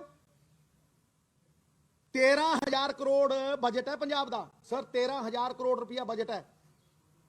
ਬੜਾ ਵੱਡਾ ਲੱਗਦਾ ਹੈ, ਬੜਾ ਜ਼ਬਰਦਸਤ ਬਜਟ ਹੈ। 7,000 ਕਰੋੜ ਉਹਦੇ 'ਚ ਬਿਜਲੀ ਦੀ ਸਬਸਿਡੀ ਹੈ, 4-4,500 ਕਰੋੜ ਤਨਖਾਹਾਂ ਨੇ। ਕਿੰਨਾ ਹੋ ਗਿਆ? 11.5। ਤੇ ਬਾਕੀ ਉੱਕੇ ਪੁੱਕੇ ਆਫਿਸਾਂ ਦੇ ਖਰਚੇ ਪਾ ਕੇ ਬਚਦਾ ਕੀ ਹੈ? 1,500 ਕਰੋੜ। ਕੀ ਪੰਜਾਬ ਬਾਰਡਰ ਏਰੀਏ ਦੇ ਲਈ ਅੱਗੇ 10 ਪੈਸੇ ਪਾਉਂਦਾ ਹੁੰਦਾ ਸੀ? 90-10 scheme C government of India ਦੀ, ਤੇ ਕਰਜ਼ੇ ਲੈ ਕੇ ਕਰਜ਼ਾ ਸਰਕਾਰ ਚੱਲਦੀ ਹੈ। ਕਰਜ਼ਾ ਲਿਆ ਤੇ ਕਰਜ਼ੇ ਨਾਲ ਮੋੜਤਾ, ਫਿਰ ਕਰਜ਼ਾ ਲਿਆ, ਕਰਜ਼ੇ ਨਾਲ ਮੋੜਤਾ। ਕਰਜ਼ਾ ਲੈ ਕੇ ਟਿਊਬਵੈਲ ਲਾਇਆ, ਪਾਣੀ ਕੱਢਿਆ, ਕਰਜ਼ਾ ਚੜਾਇਆ, ਪਾਣੀ ਵੀ ਗਿਆ। 1 ਕਿਲੋ ਝੋਨਾ ਲਾਉਣ ਲਈ, ਔਰ ਅਸੀਂ ਪੀਡੀਐਸ ਲਈ ਦਿੰਨੇ ਆ, ਸਾਨੂੰ ਵਰਤਿਆ ਫਿਰ ਸਿੱਟਿਆ। 1 ਕਿਲੋ ਝੋਨਾ ਲਾਉਣ ਲਈ 5,000 ਲੀਟਰ ਪਾਣੀ ਚਾਹੀਦਾ। ਸੋਚ ਲਓ, ਜਦੋਂ ਝੋਨਾ ਲਾ ਕੇ ਬਾਹਰ ਭੇਜਦੇ ਹੋ ਕਿੰਨੀਆਂ SYL ਬਾਹਰ ਐਕਸਪੋਰਟ ਕਰਤੀਆਂ। ਉਹ ਕਹਿੰਦੇ ਹੋ SYL 'ਚ ਪਾਣੀ ਨਹੀਂ ਜਾਣ ਦੇਣਾ। ਕਿੰਨੀਆਂ SYL ਬਾਹਰ ਚਲੀਆਂ ਗਈਆਂ ਸਾਹਿਬ, ਤੁਸੀਂ ਸੋਚੋ। ਇਸ ਕਰਕੇ ਮੈਂ ਗੱਲਾਂ ਕਰ ਰਿਹਾ ਕਿ ਇਹ ਰੋਡ ਮੈਪ ਚਾਹੀਦਾ। APMC ਮੰਡੀ ਦੀ ਗੱਲ ਕਰਦੇ ਆ ਸਾਹਿਬ। APMC ਮੰਡੀ ਦੀ ਕਹਿੰਦੇ ਆ ਮੋਨੋਪੋਲੀ ਹੈ। ਅਸੀਂ ਉੱਥੇ ਪ੍ਰਾਈਵੇਟ ਟਰੇਡਰ ਖੜਾ ਕਰਨਾ ਚਾਹੁੰਦੇ ਆ, ਔਰ ਪ੍ਰਾਈਵੇਟ ਟਰੇਡਰ ਖੜਾ ਕਰਕੇ ਅਸੀਂ ਚਾਹੁੰਦੇ ਆ ਵੀ ਕਿਸਾਨ ਨੂੰ ਵਿਕਲਪ ਮਿਲੇ। ਮੈਂ ਪੁੱਛਣਾ ਇਹਨਾਂ ਨੂੰ, ਔਰ ਮਤਲਬ ਛਾਤੀ ਠੋਕ ਕੇ ਪੁੱਛਦਾ। ਇਹ ਸਨ ਅੱਜ ਦੀਆਂ ਮੁੱਖ ਖਬਰਾਂ। ਮੈਨੂੰ ਮਨਪ੍ਰੀਤ ਕੌਰ ਨੂੰ ਦਿਓ ਇਜਾਜ਼ਤ। ਹੋਰ ਵਧੇਰੇ ਖਬਰਾਂ ਲਈ ਜੁੜੇ ਰਹੋ ਇੰਡੀਆ ਪਲੱਸ USA ਦੇ ਨਾਲ।